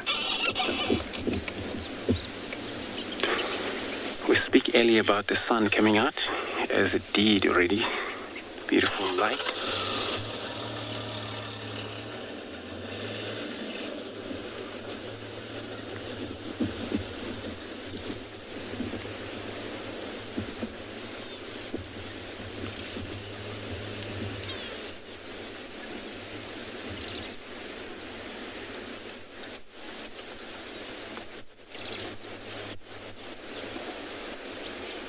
She's now doing a facial rubbing, and I'm just gonna drive around so we get another look closer.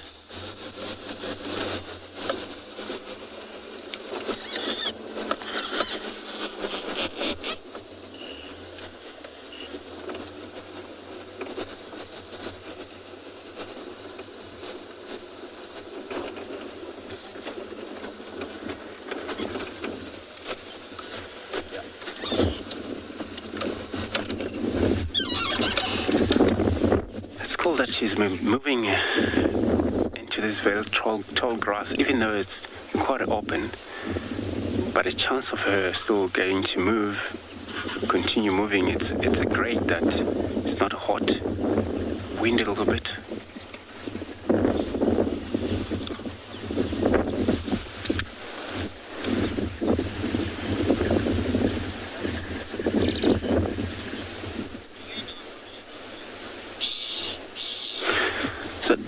Are you asking if I know how she lost her eye? I'm not sure. It's probably happened far in the south, but I'm not sure how. Whether it was in a fight or what happened. But I'll find out from the guys when I got a chance. That it's good for me to know though.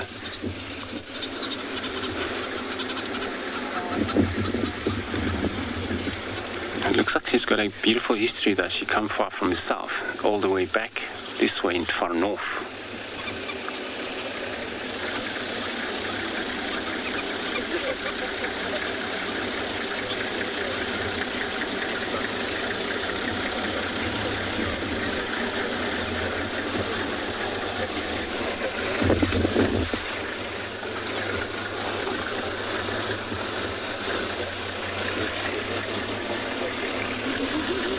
She's now in the tail up, so you could see the white. So it was a lot of birds calling in the background. A lot of time when they moved through that situations, had a lot of birds going crazy about her. She would rise the tail up.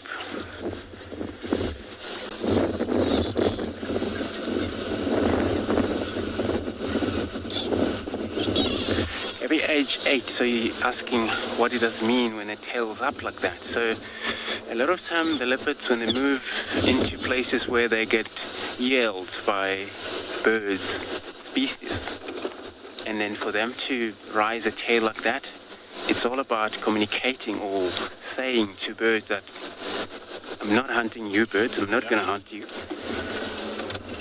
In the meantime, she would hunt birds, but it's all about she don't want to expose into kind of a noises.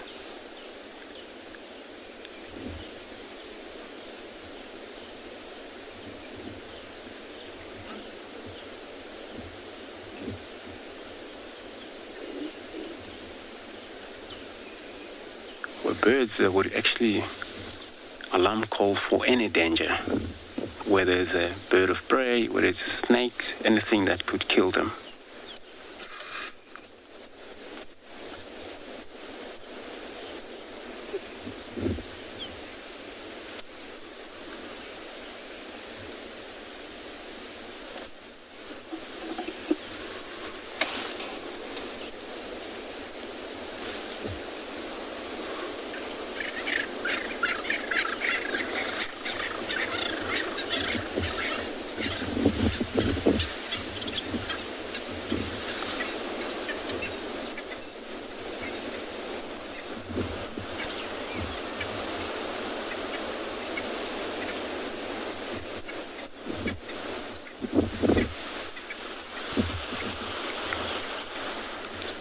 lot of cats, after a wet or drizzling of rain, all they do, they just get active and move around and continuously patrol their boundary territory, reactivate their scent since it's washed off slightly due to the rain we have.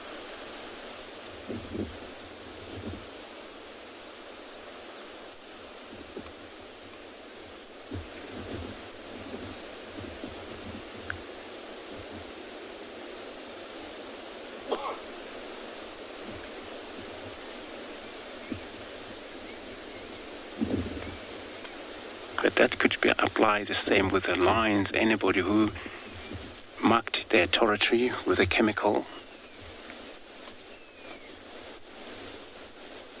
when a rain comes, that chemical washed off. Not all of it, but it's so important that it's all got to be reactivated. Stay strong, the smell stays in there.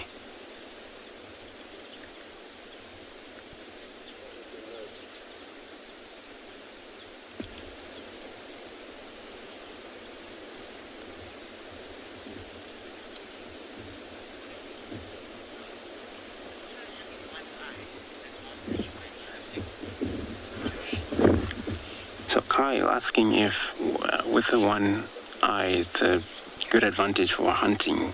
Yes, so she would still hunt very well though with the one eye and the other one lost.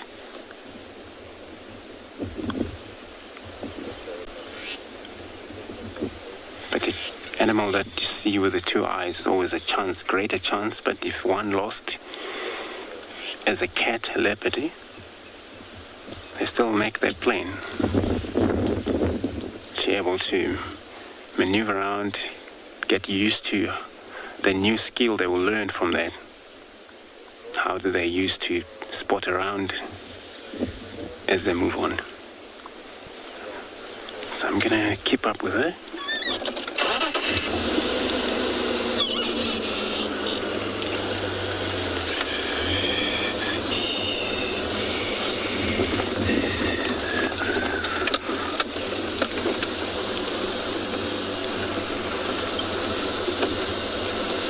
So it looks like she's going to be now moving into deep. It's not thick really, but it's tall grasses.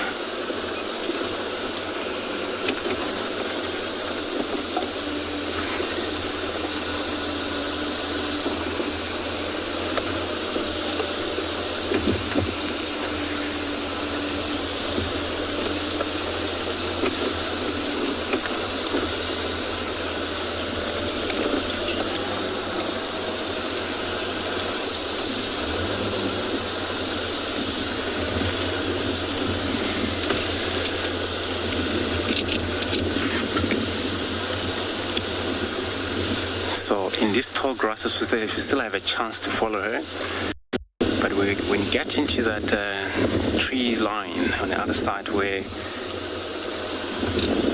it's a silver cluster leaf trees, all the sign of very much soft sand, that we maybe have to leave her or see if she comes to another open area where we can follow her still.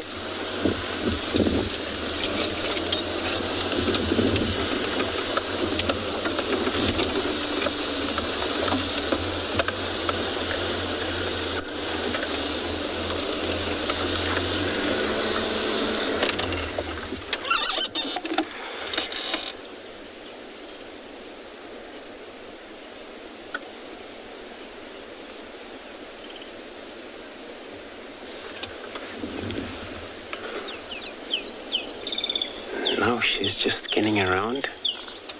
With us driving sometimes, hearing it's lost from her completely, but the minute we stop, she will also stop just to listen again.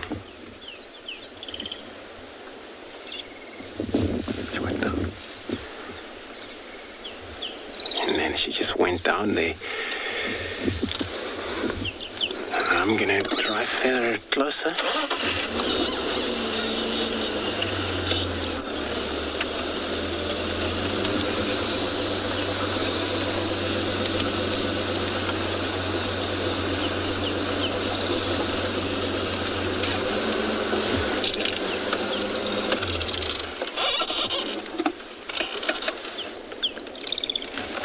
got her still in the shed, busy cleaning it off, wet.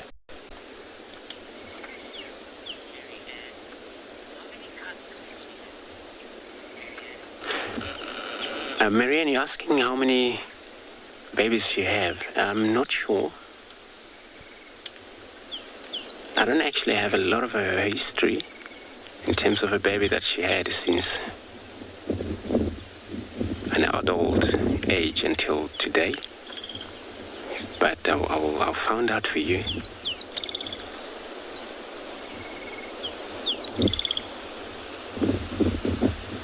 But I'm sure she definitely has. She's actually a full-grown cat, but I'm not just sure how many of them.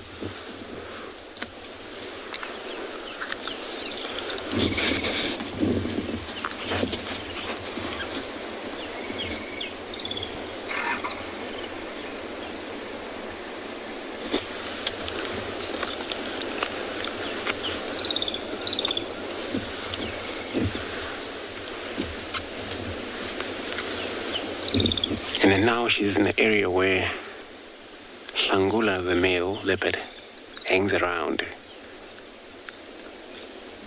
Possible that she crossed into Manyeleti, which is another game reserve. And the Hlangula also got into that area as well.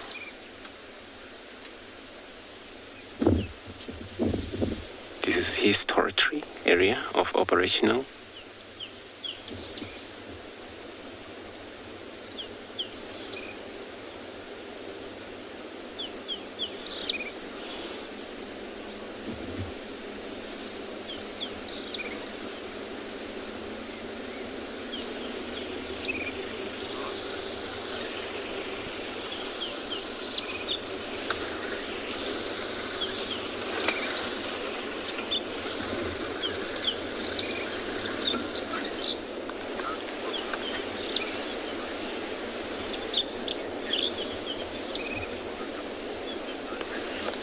So, Lucky asking, how often do the leopard territorial dispute? So that's depending on how many leopards in the area, and challenges comes too much where there is a lot of a push one another,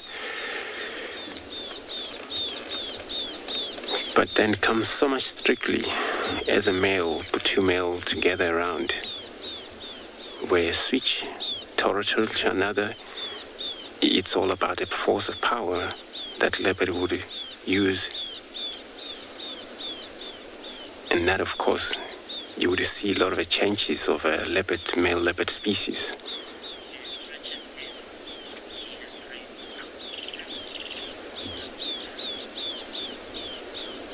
Oh yes, so that's a question of how many cubs she have. So there is information that came in from the viewers, some of the viewers that I know for sure. They said 2 offspring she raised. It looks like it, they say that, so it's one of these very good information about her. So 2 offspring she had.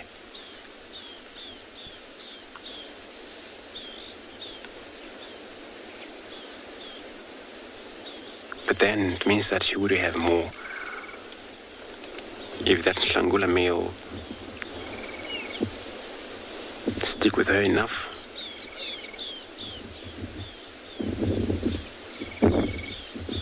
Which I'm sure it will happen, because then male and a female, it's so important for female to be around where there's male, and for male to be around where there's so many of a female to reproduce.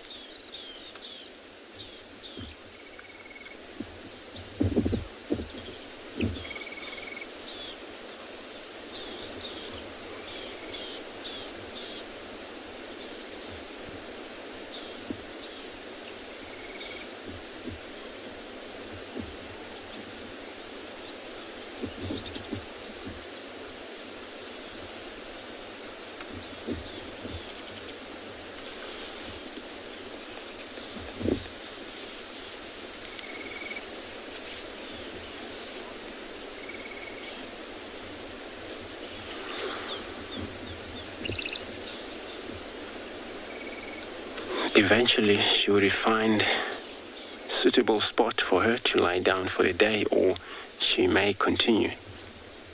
Move when the weather allows her to do that.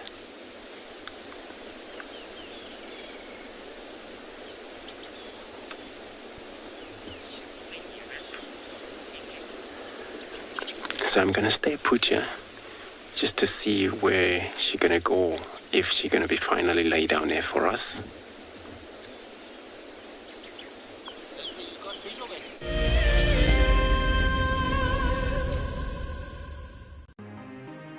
It's the month of March and Wild Earth is offering you the chance to win a brand new prize. Sign up to be a Wild Earth Explorer and you could win a 5-day eco-training ranger experience for 2. Eco-training is the pioneer and leader in safari guide and wildlife training in Africa. The lucky winners can look forward to approaching dangerous game on foot, tracking and 4x4 driving, learning about animal behavior, and even spending one night sleeping out under a blanket of stars. In addition, you will also get the exclusive opportunity to join the Wild Earth team on the broadcasting vehicle.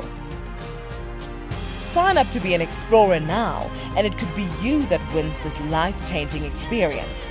Terms and conditions apply.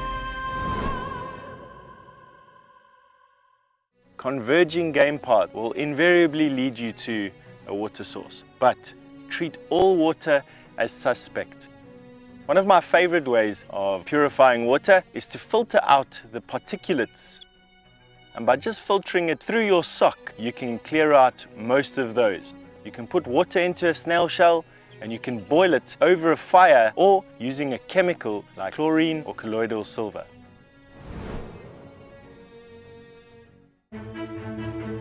I'm Nikki here at Ambion Ngala in South Africa. I love getting questions from viewers about all the small things within the environment and how it all is integrated with one another. If you want to ask me any questions, please simply register with the Wild Earth website, head across to the Live Safari page and then post your questions there. I'm looking forward to chatting to you on my next Wild Earth drive. Something very, very interesting. I didn't plan this, but this is a scene rarely seen. This is what we call a journey of giraffe. So beautiful.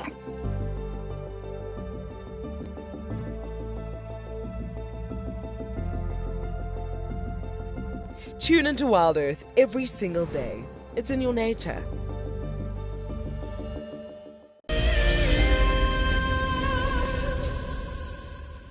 We have found a butterfly. It's been a while since I've got into my butterflies. And this is a Guinea Fowl species. Now look at the difference between the top side, the top of the wing, where it's very grey, almost brown, with speckled white dots.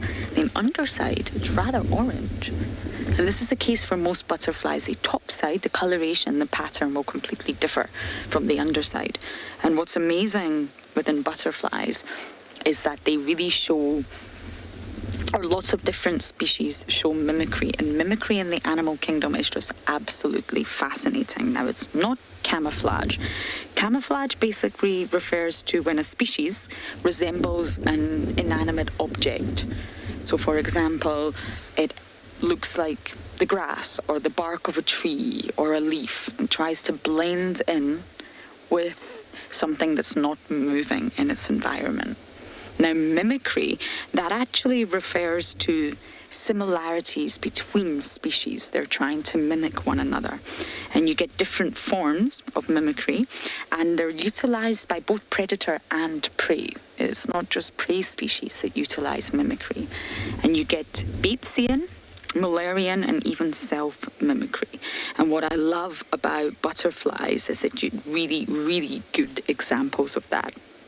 And self-mimicry is actually quite misleading, but basically it's when species have one body part that mimics another to increase survival. So the best example will appear in moths and butterflies and even fish. There's fantastic examples in reef fish where they have eye spots. And normally in fish, it's at the back of the body in the caudal area, the caudal peduncle, my favourite word, which is the back end near the tail, which you can also call the caudal fin. And it's trying to look like the eye. So when the fish is swimming from side to side, it causes confusion within the predator. Where's the head? Where's the tail? And this confusion can actually increase the survival of the fish because it's able to escape.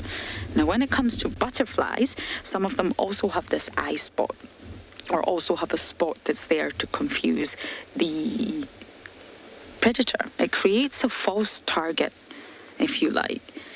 A butterfly's got a much better chance of surviving an attack to the outer side of its wings than it would do to the head. Unfortunately, it's not going to survive an attack to the head. But I just want to show you an example here, in Po, if you're ready, of Batesian. And the most perfect example within butterflies is the African monarch and the common diadem. It's a great example, and Batesian is where, if we just look at this area here in my book that's been torn apart by the monkeys. I'm not talking to any of the vervet monkeys right now. So this is a monarch and this is a diadem. Now you can see how remarkably similar they are. This is mimicry. They're trying to mimic one another because the African monarch is actually extremely unpalatable. If you just zoom in a little bit here in Po. So the coloration, just like the elegant grasshopper, is aposematic coloration, and it's trying to say, hey, I'm beautiful, guys, but I'm beautiful because, well, I'm not palatable. So don't eat me. I'm orange, I'm black. It's a warning. You're not going to enjoy it. You're probably going to get very sick. You may even die. So what the diadem is doing, the common diadem, is trying to mimic the African monarch and pretend that it's unpalatable, but actually the diadem is palatable. It doesn't contain toxins. It's not going to cause an adverse reaction. So that's what you call Batesian mimicry. One species pretending to be the other in order for survival. Now, when you look at Mullerian mimicry, if you go down here, actually this is the best example. The dusky acrear and the wanderer. Now, all of them are unpalatable on this side. Okay, and what they're trying to do is increase their survival rate, fitness benefits, by all looking similar. So if they all look different, it's going to be more of a challenge for the predator to remember all these different species that are unpalatable. Okay, the wanderer is black and white, and the dusky acrear is pink and purple. So which ones are unpalatable and which ones are not? So they're collectively co-mimics, and what that means is that they're all trying to appear like one another, so then it will increase the chance that the predator will remember, oh, the black and white, yes, definitely unpalatable. So that's self-mimicry, Batesian mimicry, and Mullerian mimicry.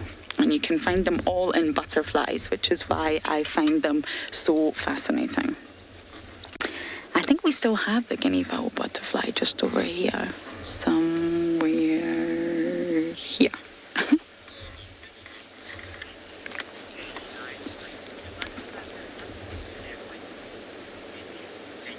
And Bessie, you are asking about, do butterflies have muscles in their wings? And you all know I love my diagrams. I'm actually just going to quickly bring out a diagram because it's going to show you exactly where the muscles are of the butterfly. Excuse the noise. I keep everything in my box because it's raining. There it is here somewhere. There we go. Okay, Po, one more time, back to the diagram. Now, this is not a butterfly. I don't actually know what I've drawn here, but it shows you the basic structure of an insect. You've got the head over here, which a butterfly does have, and the antennae are attached. Then you've got the thorax. Now, the thorax is what you're actually asking about. It's a very short part of the body that we call the transport center, and this is where the wings and the legs are attached to. So this is a wing. Let's just pretend this is a butterfly. There's no muscles in the wing itself. It's all made up of scales, very fine little scales. But in here, in the actual thorax itself, where the wings are attached to, that's where the muscles are. And yes, there's lots of them. There's lots of muscles attached to all four wings the forewings and the hind wings, and then there's muscles attached to all of the legs. Then you've got the abdomen. The abdomen is that long part you see in the butterfly, and that's where the digestive system is and the reproductive system. So that's the basic outlay of an insect. 3 parts, 6 legs. That's how you can remember what an insect is. Head, thorax, and abdomen, and then all 6 legs, which are all attached to the thorax. So yes, they do have muscles, but not in the wings. All the muscles are in the thorax themselves, and that's what helps to power the wings. So I hope that answered your question. I'm glad my diagrams are coming in handy. I actually had my tooth for you all, my wisdom tooth, which contains all of my wisdom. I don't have any wisdom anymore. And I was going to do a wonderful explanation into teeth for you into the animal kingdom. So I kept my wisdom tooth for you all in the box, and the monkeys have stolen it. I don't know why, but they've stolen my wisdom tooth, and now I really have no wisdom, and it belongs to the vervet monkeys. Anyway, enough of my wisdom tooth chat. I believe Andrew is admiring Insele, who's sitting in a tree.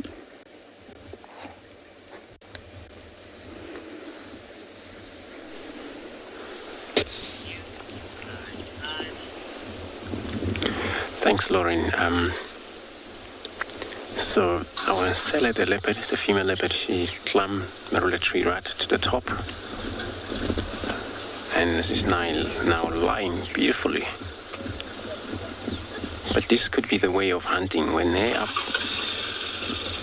slightly higher point, there's a chance they can scan around them.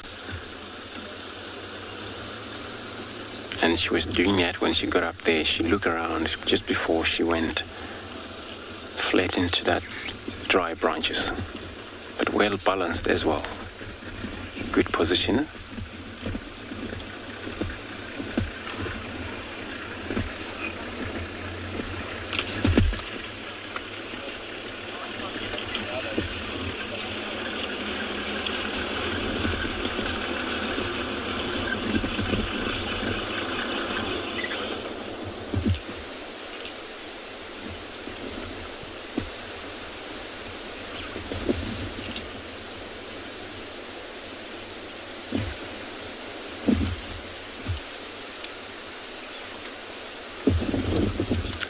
This is a Marula Tree.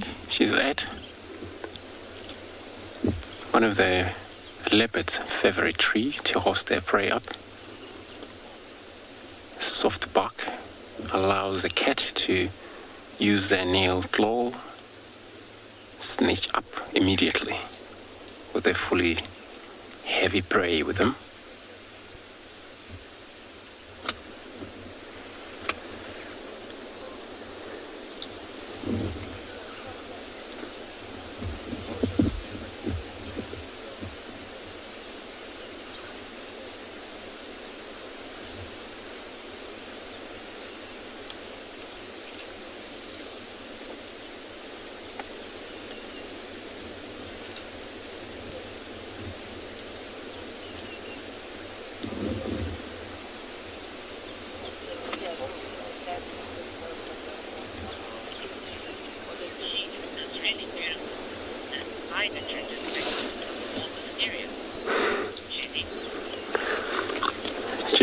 So you say she's mysterious, really.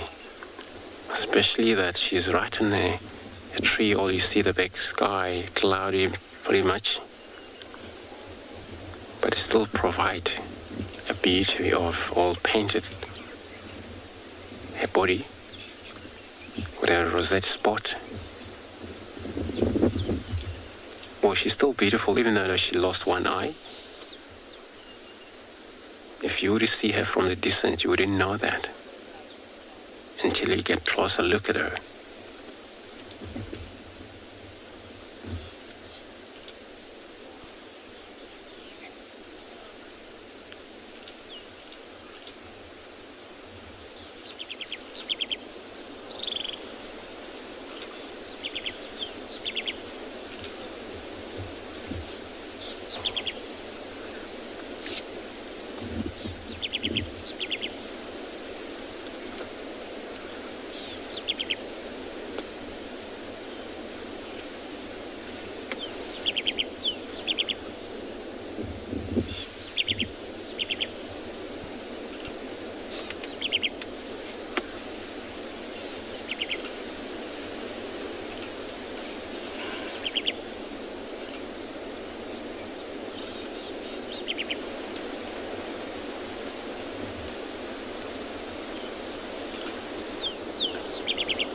So if it happens, she spots something from that far, and then she will go down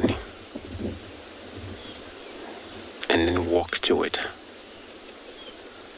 But doesn't look like she's seen anything, as she just pauses, look away, and all she needs is a pillow.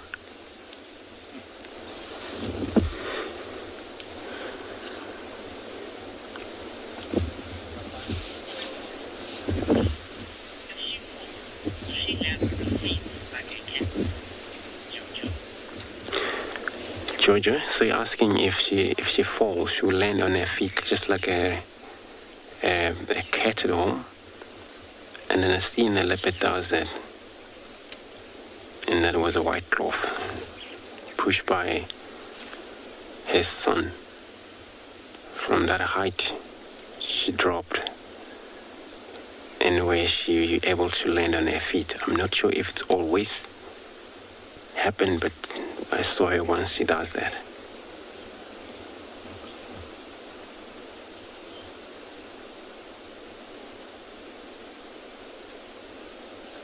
But from them falling off from the trees like that, so there's a chance they may land on their feet, because they don't climb upside down, always just a normal stand, and even they lie in that branches. If that branches ever break down, she'll make sure when she go down she don't break her neck.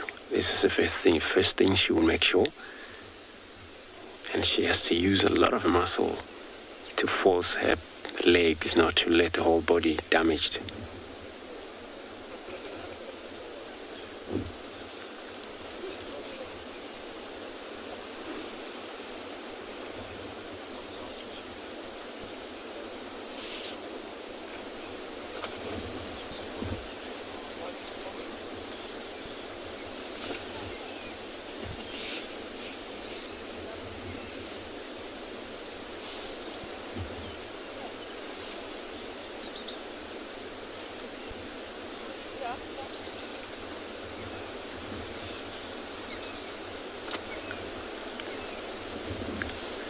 With the wind that is picking it up already, the whole dew is dried out quickly,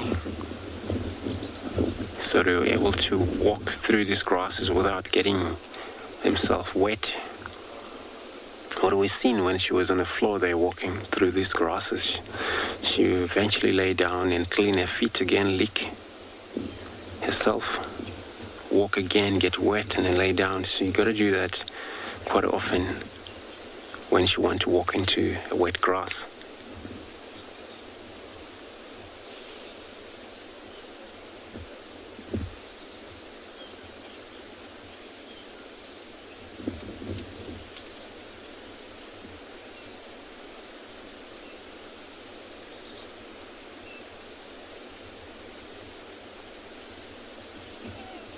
And to me, she don't look like she had a full belly there. And she must be desperately want to hunt.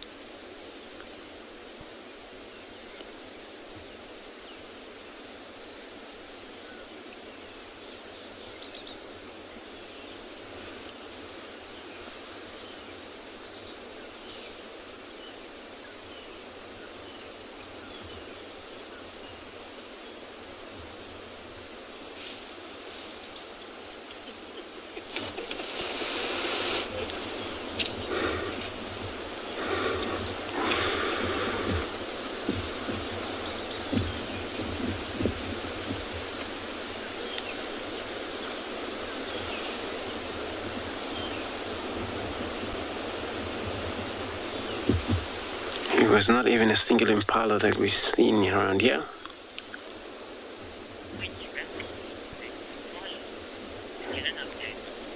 So she's probably gonna lie right up there, and I'm gonna stay put here. We'll be sending you across to Ntwalo for them to give everybody an update.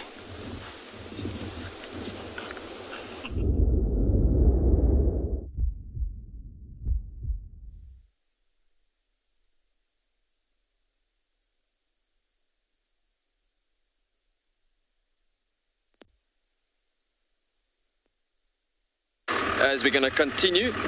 We're going to keep on going and see if we can see what else we can find in these areas in the south this morning. Actually, we still actually trying to locate on that elusive cheetah, as I mean, the cheetah population on Tswalo is really, really great, and I mean, it's a fantastic area and a game reserve to actually follow up on cheetah itself, as we have such a nice population. But yeah, with this grasses and vegetation, it is also quite easy to miss them every now and again and so on, just because of the tall grasses in this area as well. That was actually the biggest battling session for us yesterday afternoon, trying to locate on those guys with all of this thick vegetation, everything around and about.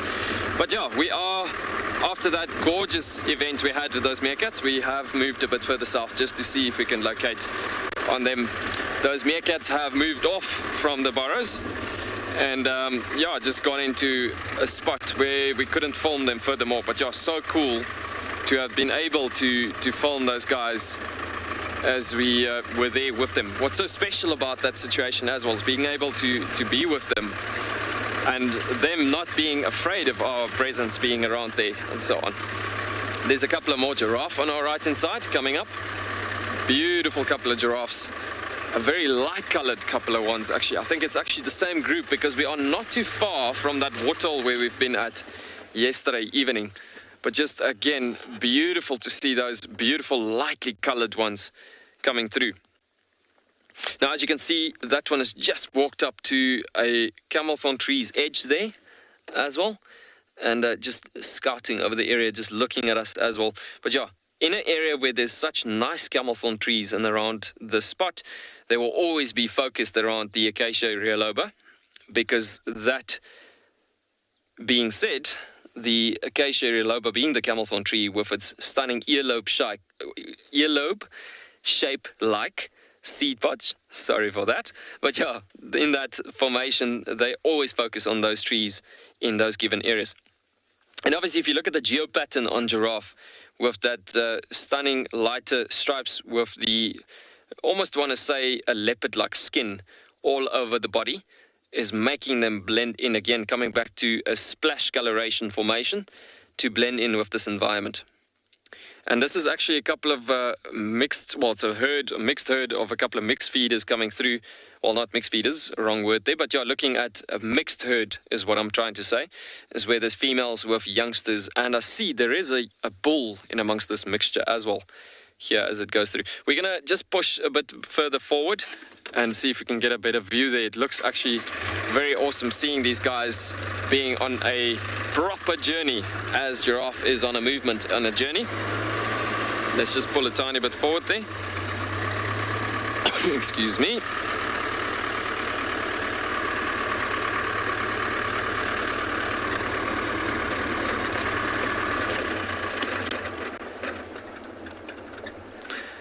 Yeah, so you can see they're on the move here quite a bit as they're coming through.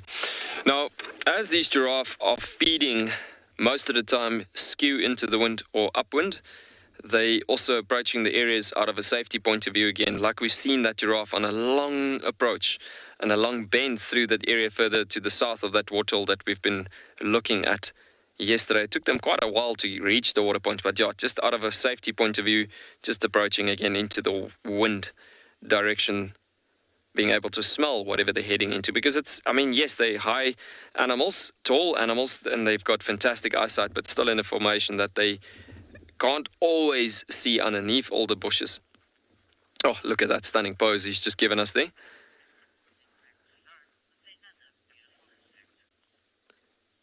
Just look at that. So gorgeous. We're going to send you back over to Lauren with another gorgeous insect.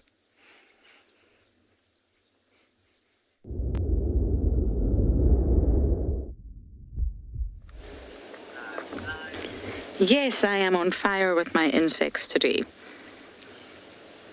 I came across what I believe to be a dragonfly. Looks rather bizarre because the wings are, of course, very, very black. I am going to be honest with you and say I don't know the species. It looks slightly similar to a Lucia widow. I'll show you what that looks like in just a moment. but I don't know. So all you dragonfly experts out there, help me, please. #WildEarth or @FC. I could be wrong.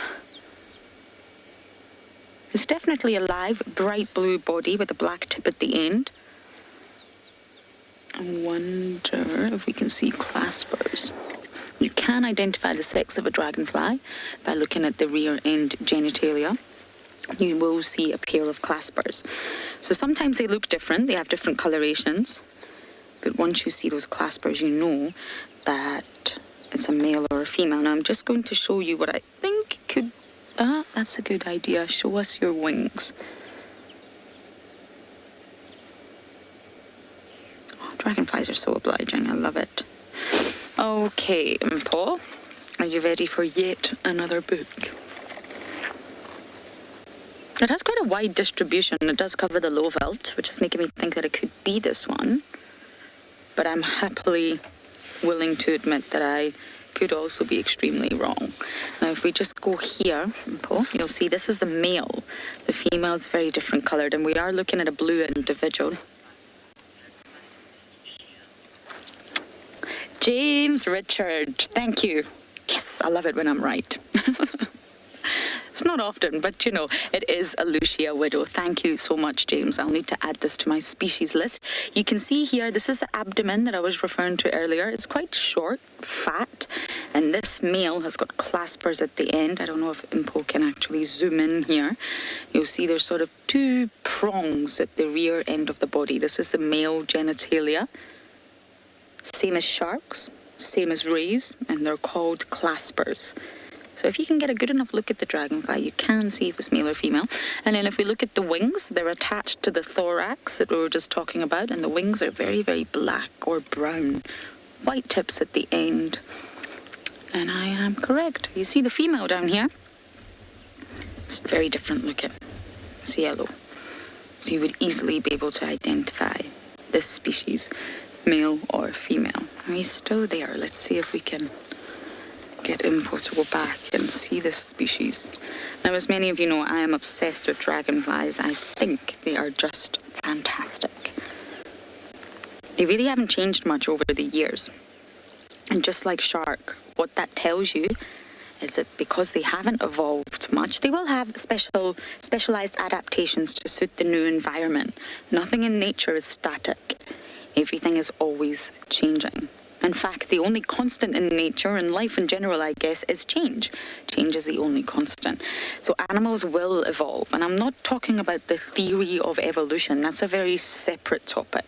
We are constantly evolving to meet the sort of changes that we are experiencing in everyday life. Climate changes, environmental changes, all sorts of changes. So animals are constantly evolving. Over long periods of time, though, so it's not always obvious. But when it comes to dragonflies, they actually haven't changed too much over time, which proves, just like sharks, that they were incredibly successful. Oh, sorry about that. It's the Game Drive radio. So they're incredibly successful at their design, their anatomy, their ecology, everything, which means that they haven't needed to change over a really long period of time. They're millions and millions of years old, 300 million years old to be exact, dragonflies. And the only real difference is their size. So they're very small right now. This individual is very, very small. They used to go up to about 75 centimeters, just short of a meter, and swarm the skies. I don't know if I would like to experience that or not. A meter-sized dragonfly. I do and I don't, if that makes sense. It sounds fascinating, but also utterly terrifying. And they belong to Odonata with damselflies. Now, they are separate from damselflies, but they're grouped together in the same family. And then, of course, they will come under the same class, the same phylum, Arthropoda. But Odonata means the toothed ones, and because they are predators, they are carnivores, they're actually fantastic at aerial hunting. They snatch their prey right out from the sky. Now, in order to do that, you're moving, you're flying, You're actually moving all four of your wings, your forewings and your hind wings independently. You're able to acutely catch prey from the air. So you're moving, the prey is also moving, and you're able to accurately snatch the prey from the air. Sorry, Elton, one more time with that question.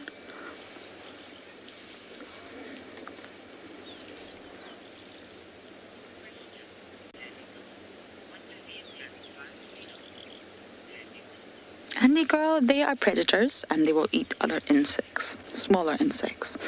So you will find that they'll eat mosquitoes and gnats and flies, possibly even larvae of other species of insects.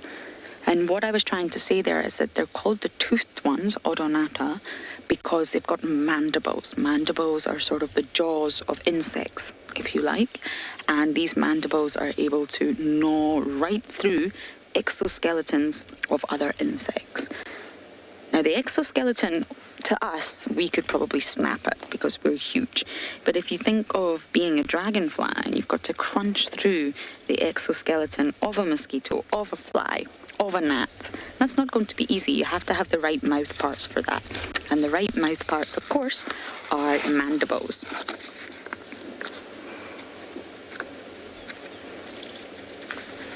And they're just incredible. They have a success rate higher than lions, higher than leopards, even higher than wild dogs, a 95% success rate at hunting. So they really are the ultimate predator. So I think I'm going to sit here and enjoy my new species, the Lucia widow.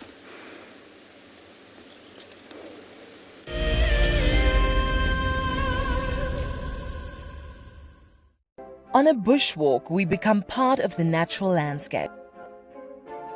Walking enables access to the smaller parts of nature, such as bugs, spiders, and flowers in much greater detail. These are the wing buds right here. Isn't it just amazing? I've never seen anything like this before. It is so beautiful. Look at those little legs. Now, it's your turn to go on a bushwalk. Join us from Pride Lands as we reconnect to the place that first taught us how to be human. Being a safari driver requires some serious multitasking ability. You've got to be able to talk, look at the road, steer, and occasionally get the vehicle into the right gear. Do not crash into any trees. Oh, that's a dozy. Just jump into the car and hope for the best, and you'll see where it takes you. No, I'm just kidding. I'm surprised they're moving as fast as that didn't go well. Who is the best driver? Well, me, of course, although some of the cam-ops might disagree. My name is Ross and I'm a field guide at and beyond Pinde Private Game Reserve. I love getting questions from guests on Wild Earth because I love sharing and learning information about nature with new people, and it also makes me feel like you're all joining me in real life. If you want to ask a question on Wild Earth, then you need to register on our website. Once registered, go to our live safari page and submit your question below our live feed. This is a battle of two great carnivores of the African wilderness. Whew. Whoa! You don't want to be under those jaws. Definitely, this round goes to the lion. Look at that. Fantastic. Expect the unexpected here on Wild Earth daily. Hi everyone, my name's Daniel Fisher and I'm going to be your guide this afternoon. What is my favorite animal and why? I think I'd have to say a lion. Being able to try and follow them and understand their movements and dynamics is super interesting. People often underestimate them and think that they sleep all the time, but once they get up and start moving around, they are fascinating to watch, and watching them interact with one another is a super highlight for me. If I can pass on this passion and this enthusiasm for lions and prides of lions into a guest that's sitting at home, that's what I'm really going for.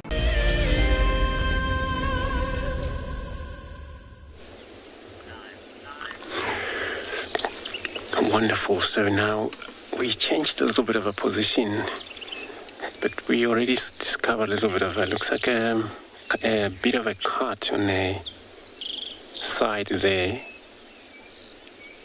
Well, to me, it doesn't look really fresh, but it doesn't look really old.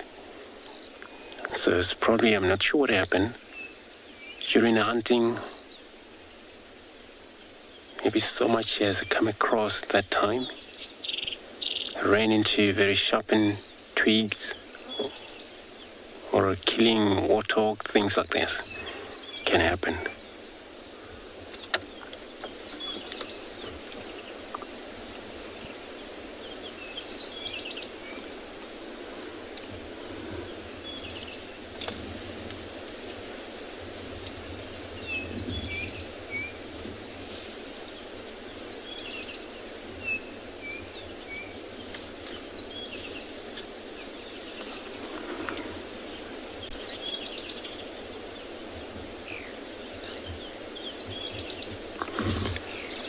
So you're asking if this is her normal territory? Yes, this is where she'll always be up north since she came this far. And she's been even seen in Juma, where Bebersuk Dam area, that side. So she covers a lot around here. So this is her territory. And we're not far from Manyelete boundary, where is a northern reserve, where she might maybe cross over there as well.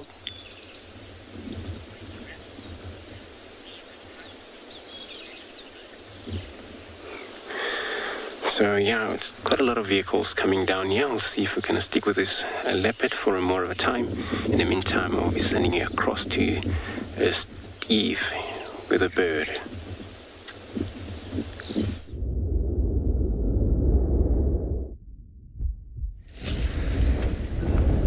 Thanks, Andrew, and welcome back to Pridelands, everybody. We've been working hard to get some signal, and we've finally got some. We got this beautiful whiteback vulture soaring. You notice under his neck there, he's got a big bulge. It's an indication that it's eaten. The crop is full. Whiteback vultures are able to get about 1 kilogram of meat in their crop. And he's just gone into the sunshine. And he's gone. Ow. There goes a Battalier eagle with the very pointy tips. Good job, Gert, good job. The acrobat tightrope walker, you see how the left-right sway, swagger. Berghaan. Basically means mountain chicken, because they sound like a... When you hear them call, it sounds very much like a chicken. Well, we're going to go down into this sort of area here, because that vulture took off the ground with a full crop. There were some vultures here this morning we were trying to follow up on, but we didn't have any success. But when a vulture takes off with a crop full, it means that it's eaten. So maybe something's happened here in the night that we're unaware of. So let's go and have a look, shall we? Yes. It's also been quite a cool sort of start today. There's a number of vultures circling over there trying to get thermal so that they can make their way back to their roosts or to their nests. It's a bit early for them to be breeding, but they might bring food back to a partner. But anyway, while I try to figure out what these vultures have been up to, let's send you over to Twalu, who's also got a feathered friend.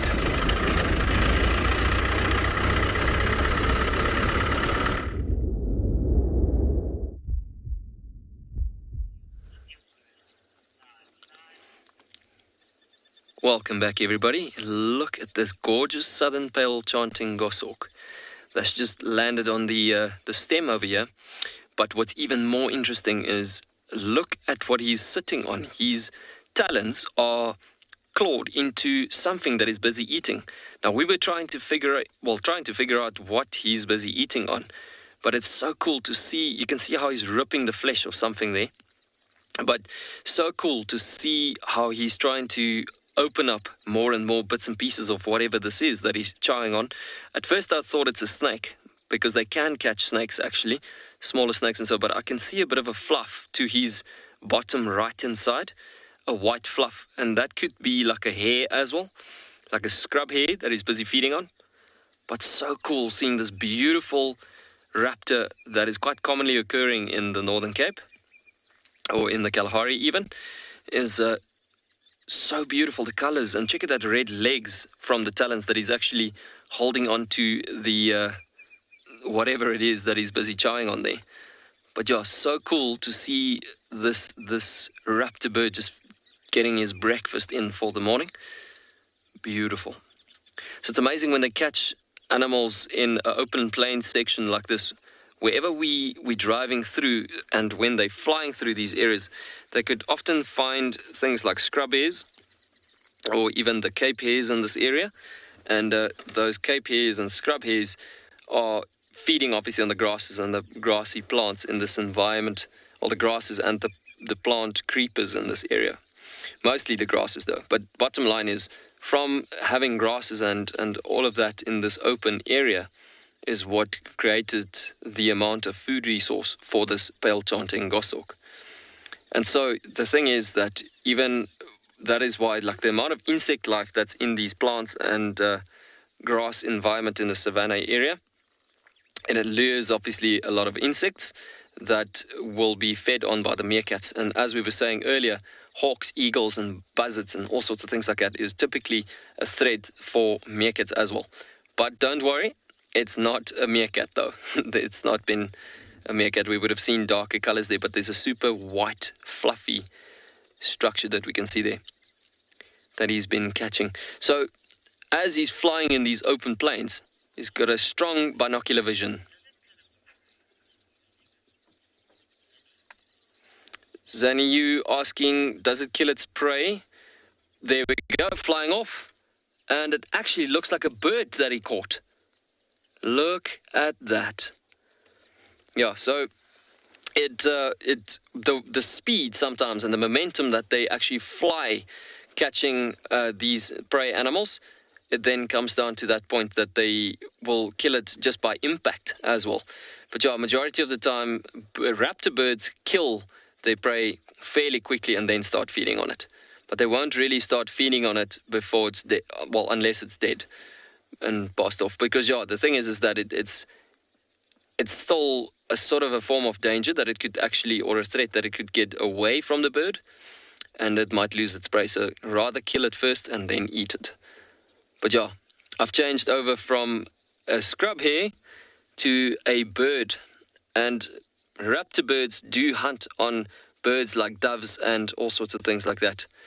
So I'm going to try with the binoculars just to have another better look again there, and just trying to figure out, like, it's unfortunately hanging in the twigs and the branches there at the moment. But yeah, it looked like a bird because I could see some legs hanging down when it flew up into the air there.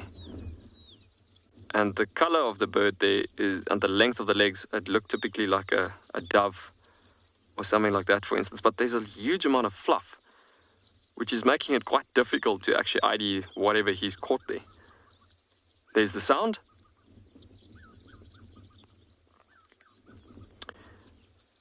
The sound of his victorious catch that he's just caught there as he's actually calling out and about, calling for his mate.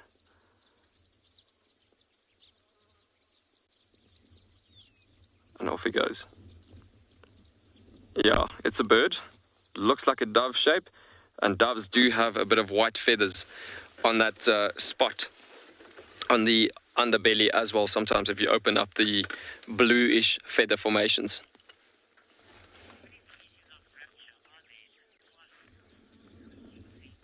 Lucy, you asking how many species of raptor birds are there in Tswalu? Actually, there's well over 10 at least at certain given times of the year. Like if I start calling them out, I haven't really counted them. And so, but yeah, it's like your steppe buzzard that comes through certain given times of the year, the southern pale chanting goshawk, the Gabba goshawk, the pygmy falcon. Yes, there's lots. It's well over 10 to 15 of them actually. For a desert environment, it's very important for these raptor birds to be around in an area that is like this, as they also just creating a nice balance in nature in this formation. And there we go. The sound is coming out again on the pale chanting goshawk. But yeah, pretty good question. This time of the year, you do have more raptors coming in, as you have intra-African migrants coming in from other areas of Africa and so on. But yeah, if you look at the bigger picture, the one that's right throughout the year that's here is actually the pale chanting goshawk. as well as the black-chested snake eagles. That's more over the mountain sections majority of the time. Not a very big eagle, but a beautiful black throat up to the chest, and the rest of the chest up to the legs is super snow white. But yeah, a beautiful black-chested snake eagle. Get some brown snake eagles here this time of the year as well. You could get easily martial eagles as well as Varro's eagles in this area. So yeah, there's a nice population for this time of the year and so on. So we're gonna send you in the meanwhile back over to Pridelands and just looking at that gorgeous view of the mountains and the plains casting over this area of Tswalu.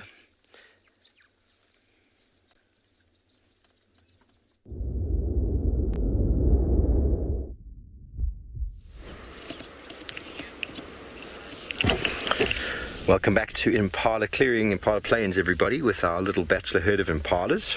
We haven't managed to yet figure out what those vultures are doing.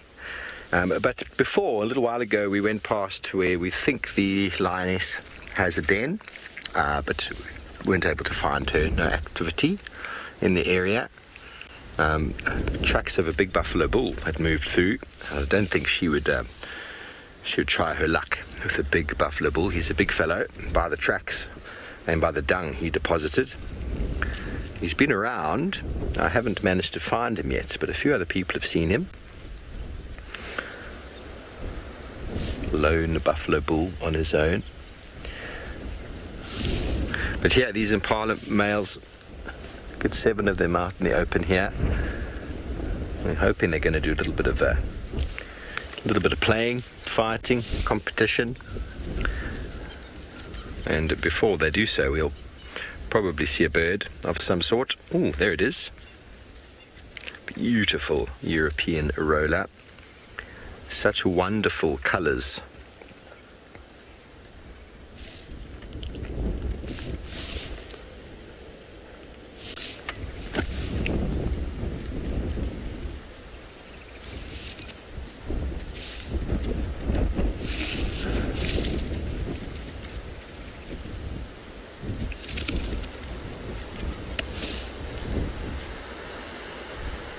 It's been quite a cool morning, quite fresh, definitely feel the change of the season in the air.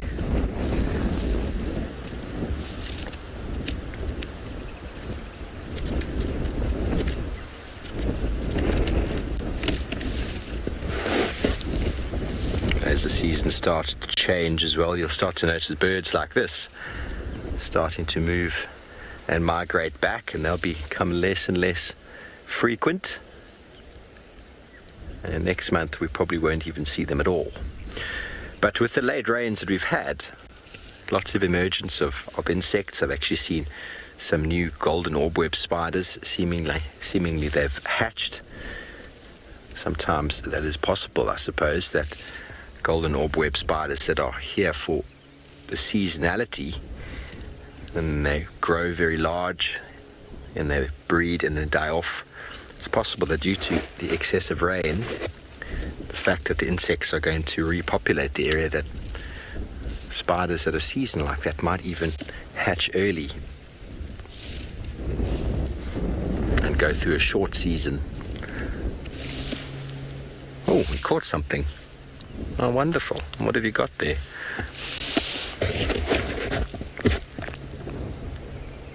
Oh, it's a nice beetle, covered, full of, it's almost a dung, oopsie, all the way in. I can't imagine putting that entire thing in your throat. Lots of sharp edges.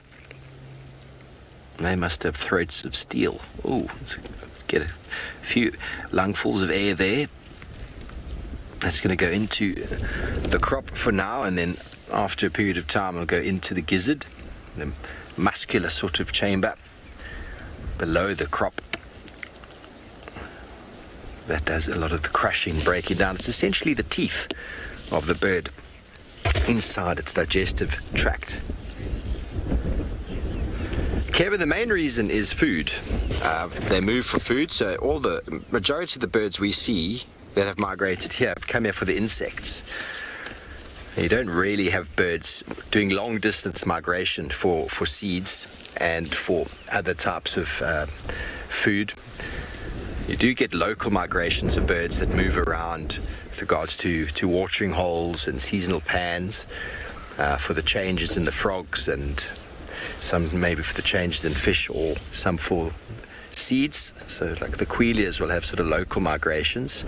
There's some birds that will migrate from the low veld to the high veld due to the temperature changes, and that's another reason why some of these birds will migrate to the north, because it gets cold down here.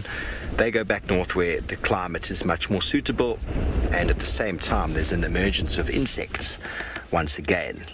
So the daylight hours can change, and that also affects temperature and the emergence of food.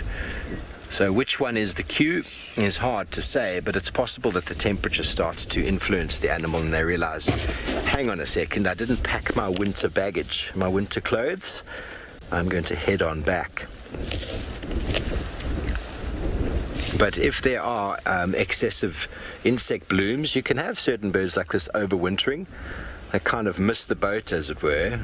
They don't leave in time, and then they spend the winter. There's also records of European roller being found down in the Cape.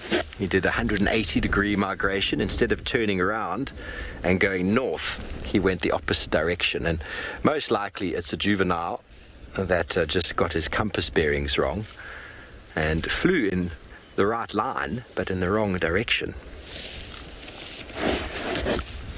Some birds, though, that aren't able to build up their condition. I've had a redback shrike once before that I found in the dead of winter that was still here, and it had a damaged eye. So it's possible it wasn't able to service its vehicle, as you would say, get all of its feathers in top condition, wasn't able to gain the necessary body weight and fat. And so then embarking on a big migratory mission like that is very, very difficult to do. It's a very dangerous journey. It's huge amounts of risk, and it's actually a very small percentage of juveniles that are born in Europe coming down that actually successfully make it back. I don't know the numbers, but youngsters don't do very well. But what it perpetuates is the success of the stronger gene moving forward. Those youngsters that survive the first journey, the arduous journey, there and back again, if they breed the first year, or even if it's the second year afterwards, that genetic sort of strength, traveling ability is passed on. And so when it comes to food, these birds will move due to the competitive nature of it all. And the birds that stay behind, although they don't undergo the migration, they've had to specialize in some form or the other. Woodpeckers being able to access food where others can't. All of the long probed beaking sort of birds like the woodhoopus or the hoopus that we find are able to access food in the ground. Franklins and Guinea Fowl are able to scratch a living out of pretty much anything. And hornbills are very adaptable. So if you find birds that have stuck around, they've got a very good strategy for survival. And it's mainly your very limited insect-eating diet birds that move. The cuckoos will all move, except for the classes cuckoo. We often find classes cuckoos still in South Africa. They generally stick around these sort of more forested, more vegetated areas. And cuckoos feed almost exclusively on caterpillars. So if there are caterpillar emergences, and in the forest biomes, it's an all-round affair. So there's no problem with them staying.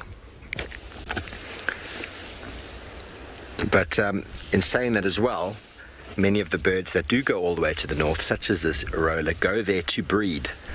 They go all the way to the north, building up their condition here, so they overwinter here, basically overwintering the European winter, because it's extremely cold up there. We don't obviously get the same temperatures down here. As we know, many parts of Europe undergo huge snowfalls. It gets very, very cold. But in the summer, it's lush and green and full of life. So we've actually got, there's a sort of a nickname given to many of our European travelers who come to South Africa for the summer and back to Europe for the European summer. And we call them swallows because they follow the sun. It's not meant in any derogatory sort of term. I've met many German, British, Dutch travelers who have houses in both the north and the southern hemisphere. And what a wonderful existence to follow the sun and follow the good season. It is all a choice. Bobby, I don't know if birds know that the rain's coming, but definitely what we seem to find is just before a big storm is looming, the birds go quiet and the bird activity seems to completely disappear as they all sort of find somewhere to hunker down and probably prepare for the rain. I mean, they got all sorts of cues. We talk about their migration. There's all sorts of things that people talk about birds being able to follow geographical lines. They've got sort of an internal compass. They're able to follow the stars, all these sorts of things we can guess at. But there must be barometric sort of ability in their body, because, when you're flying through a migration, you need to be able to avoid storms, because there's nothing like a storm, if you're a small little aircraft, to cause you some turbulence and throwing you off course in an enormous way. So I'm sure they have an ability to determine or pick up on storms. There must be some sensory feeling. I know I can tell when storms are coming. We can smell them, we can sort of see them. So if you really get in tune with it, you can probably feel it as well. And if your survival depends on avoiding the storm, if your survival depends on staying dry, then you will definitely make sure you do so. And so I've no doubt that they've got the ability to. How exactly it's done, I'm not sure. So we see the oxpeckers there, and as we know, they are insect eaters in the form of ticks, and they don't need to go anywhere. And we all know why, don't we? Well, they just have to follow the animals. Follow the animals around. There's their food, their hosts. They are producing their hosts all the time, or the hosts are producing the food for the oxpeckers constantly.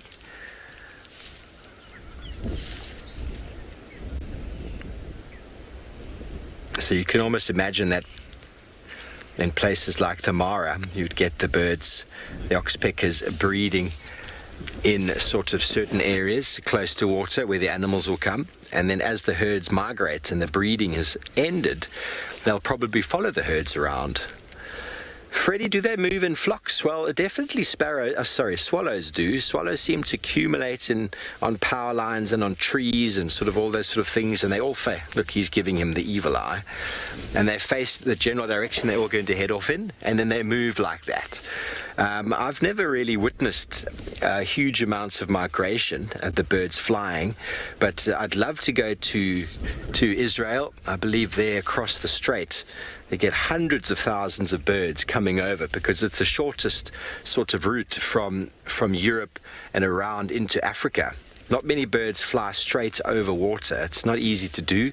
So you get birds that will island hop, or you'll get them covering the land, moving straight across the land, because the land produces thermals, it produces heat, which lifts them up. So in areas like that, I believe Israel has a huge difficulty with regards to birds due to their airports. As we know, birds can be quite impacting on planes, but I'd love to go there just to watch the birds coming north and south in their migratory routes. And they move in large groups. I can't say I've ever witnessed it though, but when the European rollers arrive and the Amur falcons arrive, they definitely arrive in groups. You see them flying in, but they all seem to be spaced out in the sky. Whether they met at some point and slowly made their way down is difficult to say. But definitely moving in groups. The birds will use certain currents. Some birds will come down the continent on one side and then up the other side due to the prevailing winds, prevailing currents, all those sort of things which assist.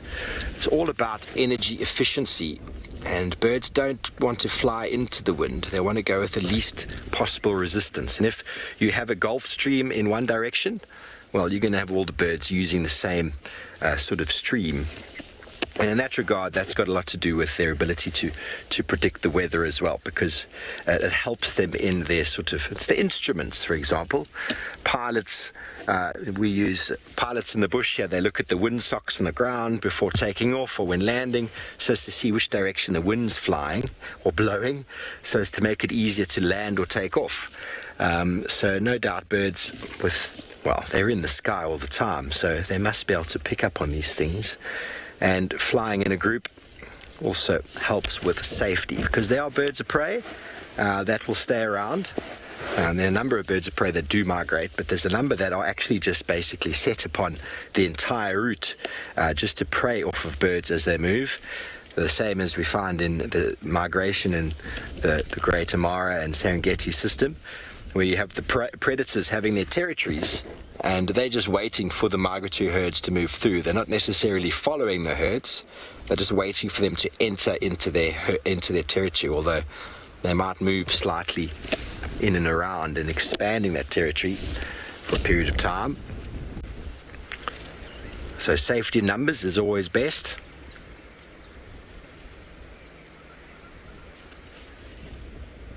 Almost like a traffic sort of air traffic control. Planes will often try and use a similar sort of stream to come in a direction, and I think all of these things are predictable with quite high-tech instruments.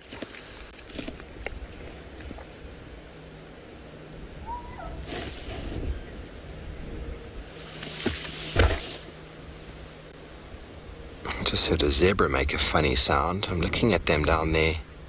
They're pretty chilled though.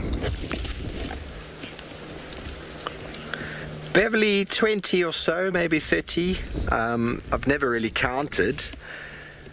Maybe you can get more than that. We'll count them. Every now and again we see them. There's 9 here now, all about the same sort of age. A nice sort of little bachelor herd of very similar aged boys, but then all of the yearling males, or the 2 yearling males, will all be sort of pushed out. You'll find them in probably larger groups, as it's all about safety really. It's not really about competition for themselves, whereas you only get so many impala of the older variety that reach a certain age. There's far more younger male impala that slowly get whittled down until eventually they reach maturity. So these groups of larger males are probably smaller than if we find a group of that sort of 1, 2 year, maybe 3 year impala rams that have been pushed out. You might find them in larger groups. But we'll keep counting. I've never really counted, but they don't get in the same sort of number as I've seen as you do with females. Probably smaller clusters in and around. Bearing in mind, the larger the group, the more competition there is for food. So if you put 200 impala boys together, it's just not very sort of beneficial from a feeding point of view. But the females seem to hang in much larger groups. Okay, well, we're going to drive down there and just catch up with the zebra in the drainage and see what caused them to make some noise. I'm going to send you over to Johan, see what he's up to.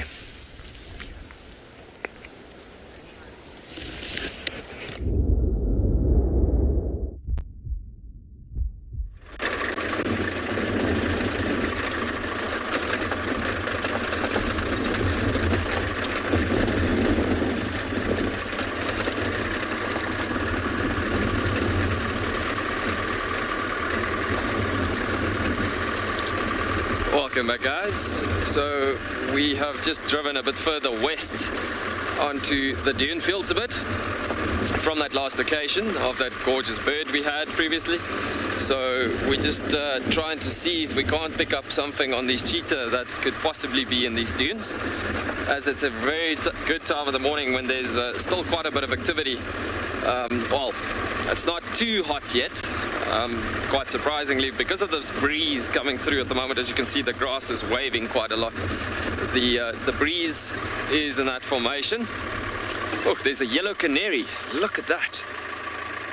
Yeah, he's unfortunately just flown off towards the edge of the bush there, just flown off behind the bush there. But yeah, anyways, as I was saying, the breeze at the moment coming through is literally just cooling down things so much that it's a very good time for these cats to be on top of these dune tops, as they could be scouting out looking for the last bit of the morning and trying to see with this pretty good light whatever's approaching the area that could potentially be hunting on as well. But yeah, in this position with that light breeze is making things a bit nice and cool. If this breeze weren't here, we would have been close to 30 degrees already again.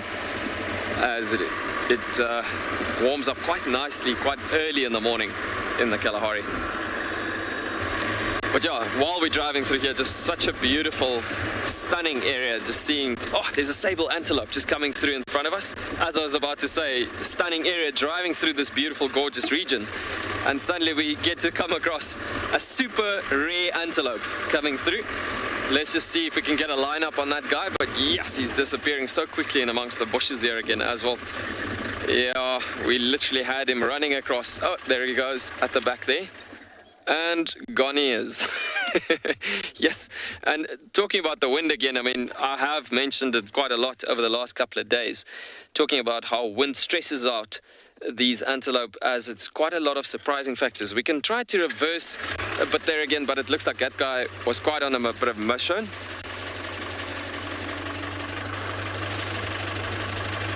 Yeah, it looks like we lost that guy, but yeah, so gorgeous to just have had that animal coming across the dune street in the front of us as we were driving.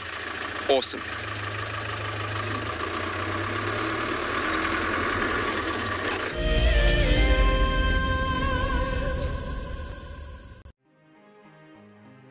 Hi, I'm Lisa. I'm here in Northern California. This is an Anna's hummingbird. We love seeing him because he brings a little magic and energy to our cold, wintry backyard. In the winter, they politely visit one at a time, but in the summer, they gorge themselves in groups to prepare for their long migration south. As the hummingbirds fly south, over 1 million of these Canadian geese travel the Pacific Flyway from the Arctic to spend the winter with us. They like wetlands and we're in a drought, but they seem pretty happy on the dry bank of Folsom Lake here. This has been a tough year everywhere. But one good thing was we found Wild Earth, who encouraged us to relieve our stress through nature. There's a saying that a distraction is momentary, an escape helps you heal.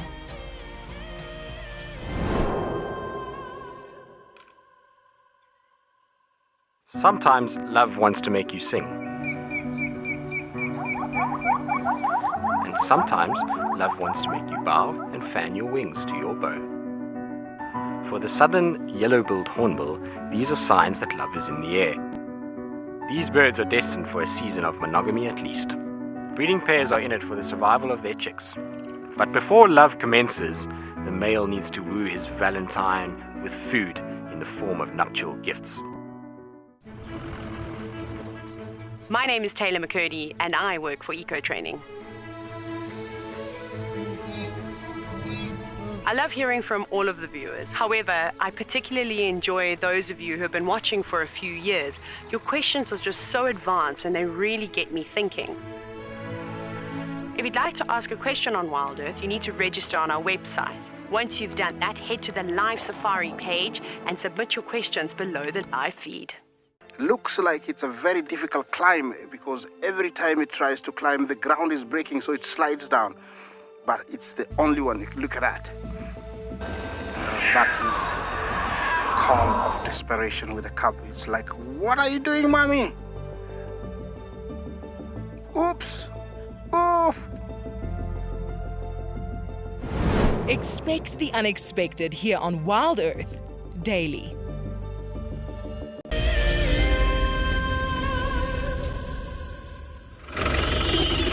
Hello everybody. Well, we're trying to find our zebras here and they haven't come out.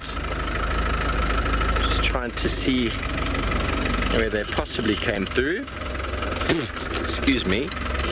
Flies like to land on our faces while we're out here, which is always fun.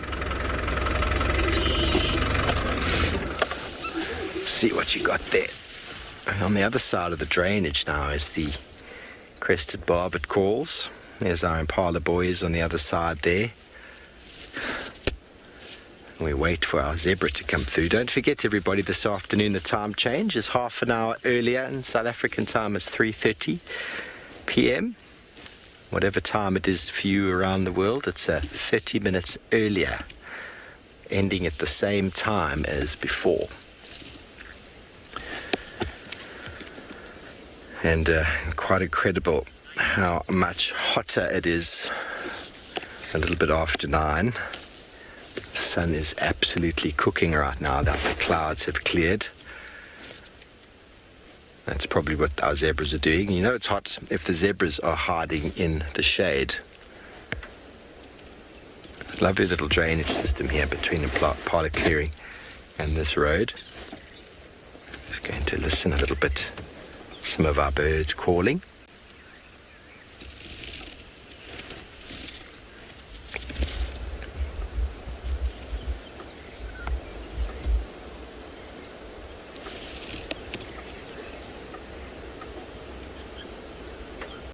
Tall trees signify a drainage system, deep alluvial soil, surface water not far from the surface, or groundwater not far from the surface.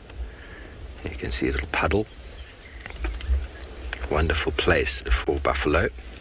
Well, everybody, we hope you've had a wonderful morning. We do apologize for not being in signal for a lot of it, but we'll sort those technical issues out, and we'll see you again this afternoon. So have a wonderful day further. We look forward to hosting you again on our wonderful wild drives, live from the African wilderness, from all of our locations. We do bless you this day. Have a fabulous day further. Until later, goodbye.